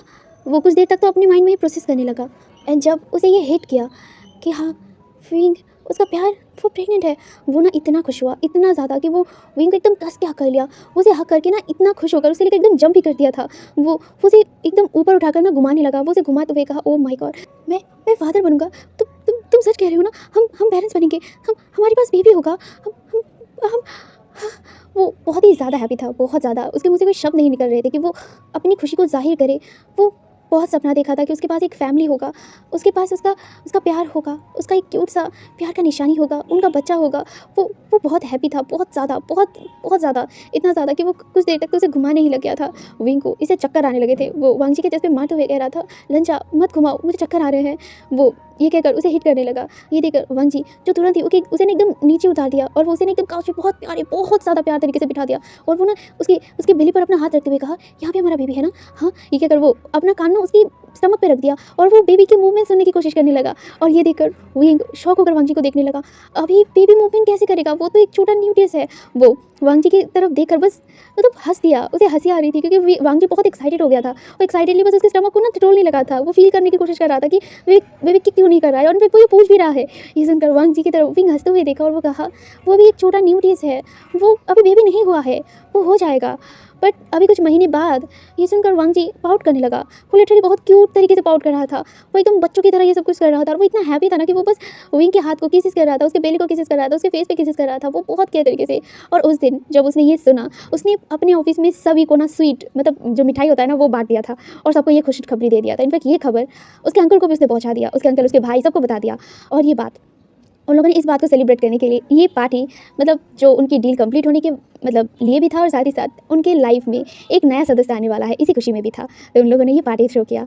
विंग एंड वांगजी जो उस पार्टी में बहुत खूबसूरत तरीके से एक कपल की तरह बन के आए थे, आई मीन वो लोग एक कपल ड्रेस पहन के आए थे। विंग जो वांग जी की हरकतों को देखकर बहुत ज़्यादा खुश था। वांग जी जब से उसे पता चला है कि विंग प्रेग्नेंट है, वो उसे ना कोई काम ही नहीं करने देता था। इनफैक्ट ऑफिस वर्क भी वो खुद संभालता था। वांग जी विंग का भी ऑफिस खुद संभालता था और वो उसके पास रहता था, उसे एक कदम भी नीचे उतारने नहीं देता था।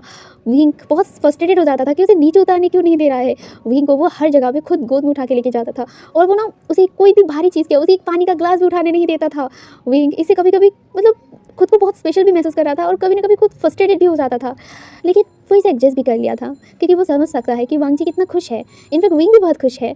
वो उसे जब पता चला था, इनफैक्ट उसे जिस दिन वो वांग जी को ये न्यूज़ दिया था, उस दिन के ठीक रात के टाइम पे ही उसे पता चला था कि वो प्रेग्नेंट है, क्योंकि उसे डाउट हो गया था कि मतलब उसकी जो तबीयत इतनी ख़राब हो रही थी, बार बार वॉमिटिंग वो कर रहा था, उसे डाउट हो गया था। तो उसने टेस्ट किया था और उसे जब ये पता चला वो खुद बहुत हैप्पी हो गया था। वो वांग जी को भी बताना चाहता था एंड वांग जी का रिएक्शन देखने के बाद विंग सच में बहुत खुश था। इनफैक्ट उसकी आंखों में आंसू थे कि वो भी एक फैमिली चाहता था, एक खुशहाल फैमिली जो उसे वांग जी दे रहा था।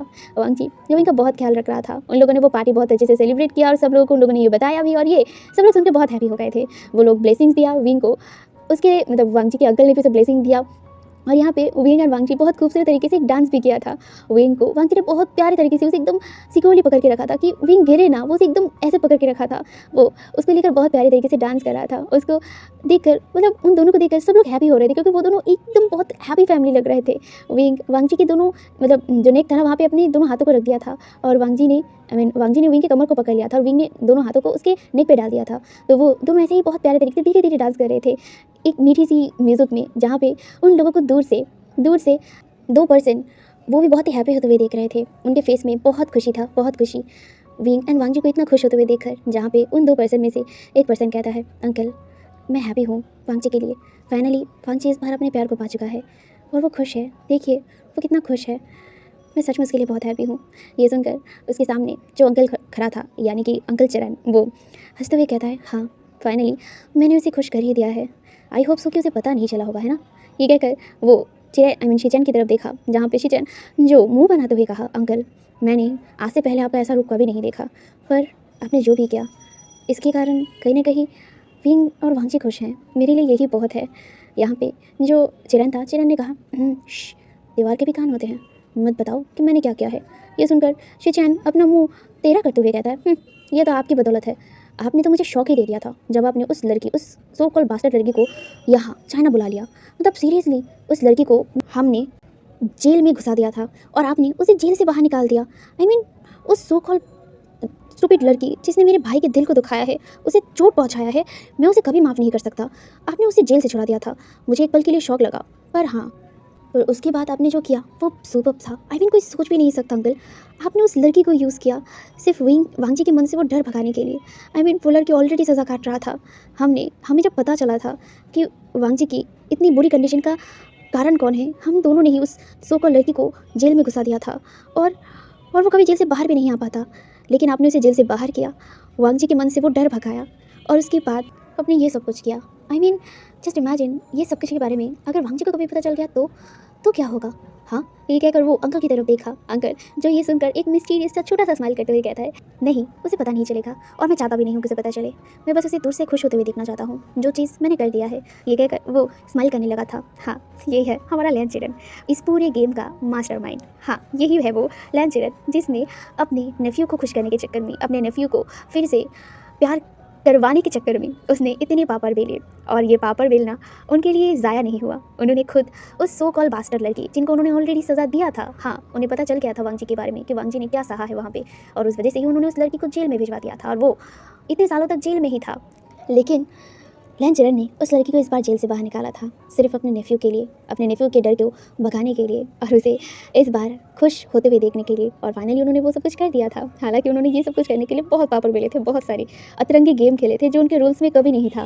वो रूल्स रेगुलेशन मानने वाले इंसान थे, लेकिन उन्होंने अपने नेफ्यू के चक्कर में सारा रूल्स भूल गए थे और बस अपने नेफ्यू को खुश करने में लग गए थे, जो उन्होंने कर दिया था। और ये है इस स्टोरी का सबसे बड़ा वर्म, लैन चिरन। हाँ, सीन यहाँ से शिफ्ट हो गया था और यहाँ पे अब वक्त बीत रहा था। विंग और वांग जी का लाइफ और भी खुशहाली से भर चुका था। यहाँ पे वांग जी का विंग के प्रति और भी ज़्यादा ध्यान बढ़ चुका था और वो हमेशा ही विंग का बहुत केयर करता था। यहाँ पे उन दोनों को पता चला था कि विंग ट्विन से प्रेग्नेंट था और ये सब वांग जी के बदौलत था। वेल, ये जानने के बाद वांग जी और भी ज़्यादा बहुत खुश हो गया था। वांग जी विंग का बहुत ज़्यादा केयर करता था, बहुत ज़्यादा। वो उसे अब जैसे कि ज़मीन पे भी ना ज़्यादा देर रखता ही नहीं था। वो हमेशा उसका बहुत केयर करता था, उसके खाने का, उसके हर चीज़ों का। उसने बेबी के लिए नर्सरी रूम, सारी चीज़ें उसने खुद अपने हाथों से किया था। विंग ने देखकर ना उसकी आंखें भर आई थी, क्योंकि विंग देख सकता था वांग जी बहुत हैप्पी था, बहुत ज़्यादा। वो खुद बच्चों के लिए खिलौना, कपड़े, सब कुछ विंग के सामने ला के रख देता था और विंग ये सब कुछ देखकर बहुत हैप्पी होता था। विंग ने अपने काम के लिए थोड़ा लीव ले लिया था। उसके फादर भी पार्टी में आए थे और उसके साथ बात किया। वो भी बहुत हैप्पी थे विंग के लिए और वांग जी के लिए, जहाँ पे वो कुछ टाइम तक विंग और वांग जी के साथ ही उनके मैंशन पे रहे थे। उसके बाद वो खुद अब कंपनी का जिम्मा कुछ दिन के लिए ले लिया था, जब तक विंग डिलीवरी नहीं दे देता। और तब तक वांग जी भी अपना सारा काम घर से ही करता था जो भी, और आधा काम वो अपने भाई को सौंप दिया था जो वो खुद करते थे। ऐसे ही टाइम गुजर रहा था विंग एंड वांग जी का। ये हैप्पी सा लाइफ और भी ज़्यादा बेहतर होता रहा था। फाइनली 9 मंथ बाद जाके विंग ने 2 बेबी बॉय को बर्थ दिया था। विंग ने बहुत पेन सहा था, लेकिन फिर भी वो 2 क्यूट से बेबी बॉय को अपने गोद में लेकर उसकी खुशी का कोई ठिकाना नहीं था। और खास करके वांग जी का। वांग जी उस दिन इतना खुश था कि वो हॉस्पिटल में सबको मिठाई बांट दिया था, सबको। वो इतना खुश था, वो उन 2 बेबीज़ को देखकर। वो 2 बेबीज़ बिल्कुल डिटो उन दोनों की तरह हुआ था, एक वांग जी की तरह, एक विंग की तरह, लेकिन दोनों में ही विंग और वांग जी के दोनों की ही सिमिलैरिटी थी। एंड वो सच में बहुत ज़्यादा क्यूट थे। विंग और वांग जी बस अपने बेबी को ही देखते रहे। विंग जो 2 दिन तक ही हॉस्पिटल में था, क्योंकि वो बहुत ज़्यादा ब्लड लॉस किया था, इसीलिए उसे रेस्ट की ज़रूरत थी। और उसके बाद 2 दिन बाद उसे डिस्चार्ज मिला और वो फाइनली अपने 2 बेबीज़ को लेकर घर वापस आया। और वहाँ पे उन लोगों ने बहुत बड़ा सा पार्टी थ्रो किया उनके बेबीज़ के लिए। और वहाँ पे उन लोगों की नेमिंग सेरेमनी भी हुई। एक का नाम लैन आयुआन, दूसरे का नाम लैन जिंगी रखा गया। वो दोनों बहुत हैप्पी थे। और विंग को वांग जी को देखकर लैन शिचन और विंग के फादर बहुत ज़्यादा हैप्पी थे कि फाइनली अब उन्हें पोता पोते भी मिल गया है। लैन चिरन इतना खुश थे कि वो विंग और वांग जी के बेबी को अपने गोद से उतारना ही नहीं चाहते थे। वो तो बस उन दोनों बेबीज़ को देखे जा रहे थे, उन्हें गोद में लेकर उनके साथ खेले जा रहे थे। आगे जाकर विंग एंड वांग जी अपने ऑफिस को भी संभाला और अपने बच्चों को भी संभाला। यहाँ पे लैन चिरन जो ऑलरेडी रिटायर्ड थे, वो बस अपने पोता पोती के साथ ही अपना आखिरी वक्त गुजारने के लिए रह गए थे। वो बस अपने बच्चों अपने नेफ्यूज़ को वो बहुत ज़्यादा पैम्पर करते थे, बहुत सारी चीज़ें देते थे। जहाँ पे उनकी इतनी पैम्पर उनके नेफ्यूज़ के लिटिल 2 बच्चे जो बहुत शैतान भी हुए थे, बट बहुत ज़िम्मेदार भी, क्योंकि विंग एंड वांग जी अपने बच्चों को जितना पैम्पर करते थे उतना ही ज़्यादा ज़िम्मेदार करते थे कि वो दोनों आगे जाके कभी भी मुश्किलात में ना पड़े और कभी भी कोई गलत हरकत ना करे। और लैन जिंगी और लैन आयुआन वो दोनों भी वो समझदार थे। हालांकि सबसे ज़्यादा नॉटी तो लैन जिंगी था। लैन जिंगी नॉटी था एकदम विंग की तरह, और लैन आयुआन वांग जी की तरह ही एकदम शांत पर्सन था। पर फिर भी उन दोनों में बहुत सारी चीज़ें सिमिलरिटी थी विंग के साथ। वेल, ऐसे ही उनका ये हैप्पी फैमिली था विंग एंड वांग जी, जो शादी के बाद जाके एक दूसरे से प्यार किए थे। लेकिन ये प्यार बहुत ज़्यादा ट्रू था, बहुत ज़्यादा प्यारा था। वांग जी विंग के साथ खुश था। और यहाँ पे उनके बच्चे होने के बाद भी वांग जी का प्यार विंग के साथ कभी कम नहीं हुआ था। इनफैक्ट ये प्यार तो डबल बढ़ चुका था, डबल। वांग जी जब विंग रिकवर हुआ, वांग जी विंग को फिर से प्यार करने लगा था। फिर से उन लोगों का लव मेकिंग एवरीडे चलता रहता था। हालांकि प्रोटेक्शन के साथ, क्योंकि वो लोग अभी दोबारा दूसरी बेबी प्लान नहीं कर सकते थे, क्योंकि वो अपने जो 2 बेबीज़ थे वो ही बहुत छोटे थे। इसीलिए उन लोगों ने बाद में जाके अपने बेबी प्लान के बारे में सोचा। लेकिन अभी के लिए एवरीडे ज़रूरी होता है। तो वांग जी हमेशा की तरह विंग को खाता रहता था हर रात को। और वांग जी को देखकर, इतनी बीस्ट की तरह हटकर करते हुए देखकर, वही विंग बस कंप्लेन करता रहता था। पर वो भी अपने हस्बैंड का जो प्यार है वो उसे एक्सेप्ट भी करता था। इसी तरह इन लोगों का ये हैप्पी लाइफ चलता रहा अपने बच्चों के साथ, अपने फैमिली के साथ। और इसी तरह love seeds after the marriage का हैप्पी एंडिंग हुआ। तो गाइस, आपको ये स्टोरी कैसा लगा? आई नो बहुत सिली थिंकिंग में रखता हूँ अपने माइंड में, स्टोरी भी बहुत सिली होता है, पर यार मैं हर चीज़ को प्रॉपर्ली एंड करना चाहता था और इसीलिए इसको भी मैंने प्रॉपर्ली एंड किया। एंड आई नो गाइस, मैंने इसे फिर से लेट अपलोड किया है ना। आप डांट सकते हो, कमेंट सेक्शन ओपन है, पर हाँ कमेंट ज़रूर करना, क्योंकि मैं नहीं चाहता कि मेरी इतनी अच्छी वाली मेहनत या फिर बुरी वाली मेहनत ही सही, जो मैंने गला फाड़ के अपना रोज़ा रख कर गला सुखा कर मैंने रिकॉर्ड किया है, उसे कोई कमेंट ना मिले, कोई कॉम्प्लीमेंट ना मिले। अब बुरा ही अगर मिले तो मिले तो सही, बट आप लोग कुछ करते ही नहीं हो। कमेंट तो दूर की बात है, लाइक भी ठीक से नहीं करते यार। आपके ऑथर को कि आप इतना हेट करते हो, प्लीज़ कमेंट करना, ठीक है। और हाँ, जल्दी बताना कि आप लोगों को ये स्टोरी कैसा लगा है। आई नो ये सीरीज सा स्टोरी हो सकता है, पर ये मेरे लिए बहुत अच्छा है। आई मीन मेरे लिए ये खूबसूरत है। आप लोग अपना ओपिनियन ज़रूर देना। तो मिलेंगे हम लोग नेक्स्ट स्टोरी में, और नेक्स्ट स्टोरी भी मैं बहुत जल्दी लाऊंगा, और वो भी शायद हिस्टोरिकल, जो मैं बहुत ज़्यादा एक्साइटेड के साथ एक्सप्लेन करूँगा, क्योंकि वो स्टोरी भी मेरा बहुत फेवरेट है। तो मिलेंगे हम लोग नेक्स्ट बार में, तब तक के लिए बाय बाय।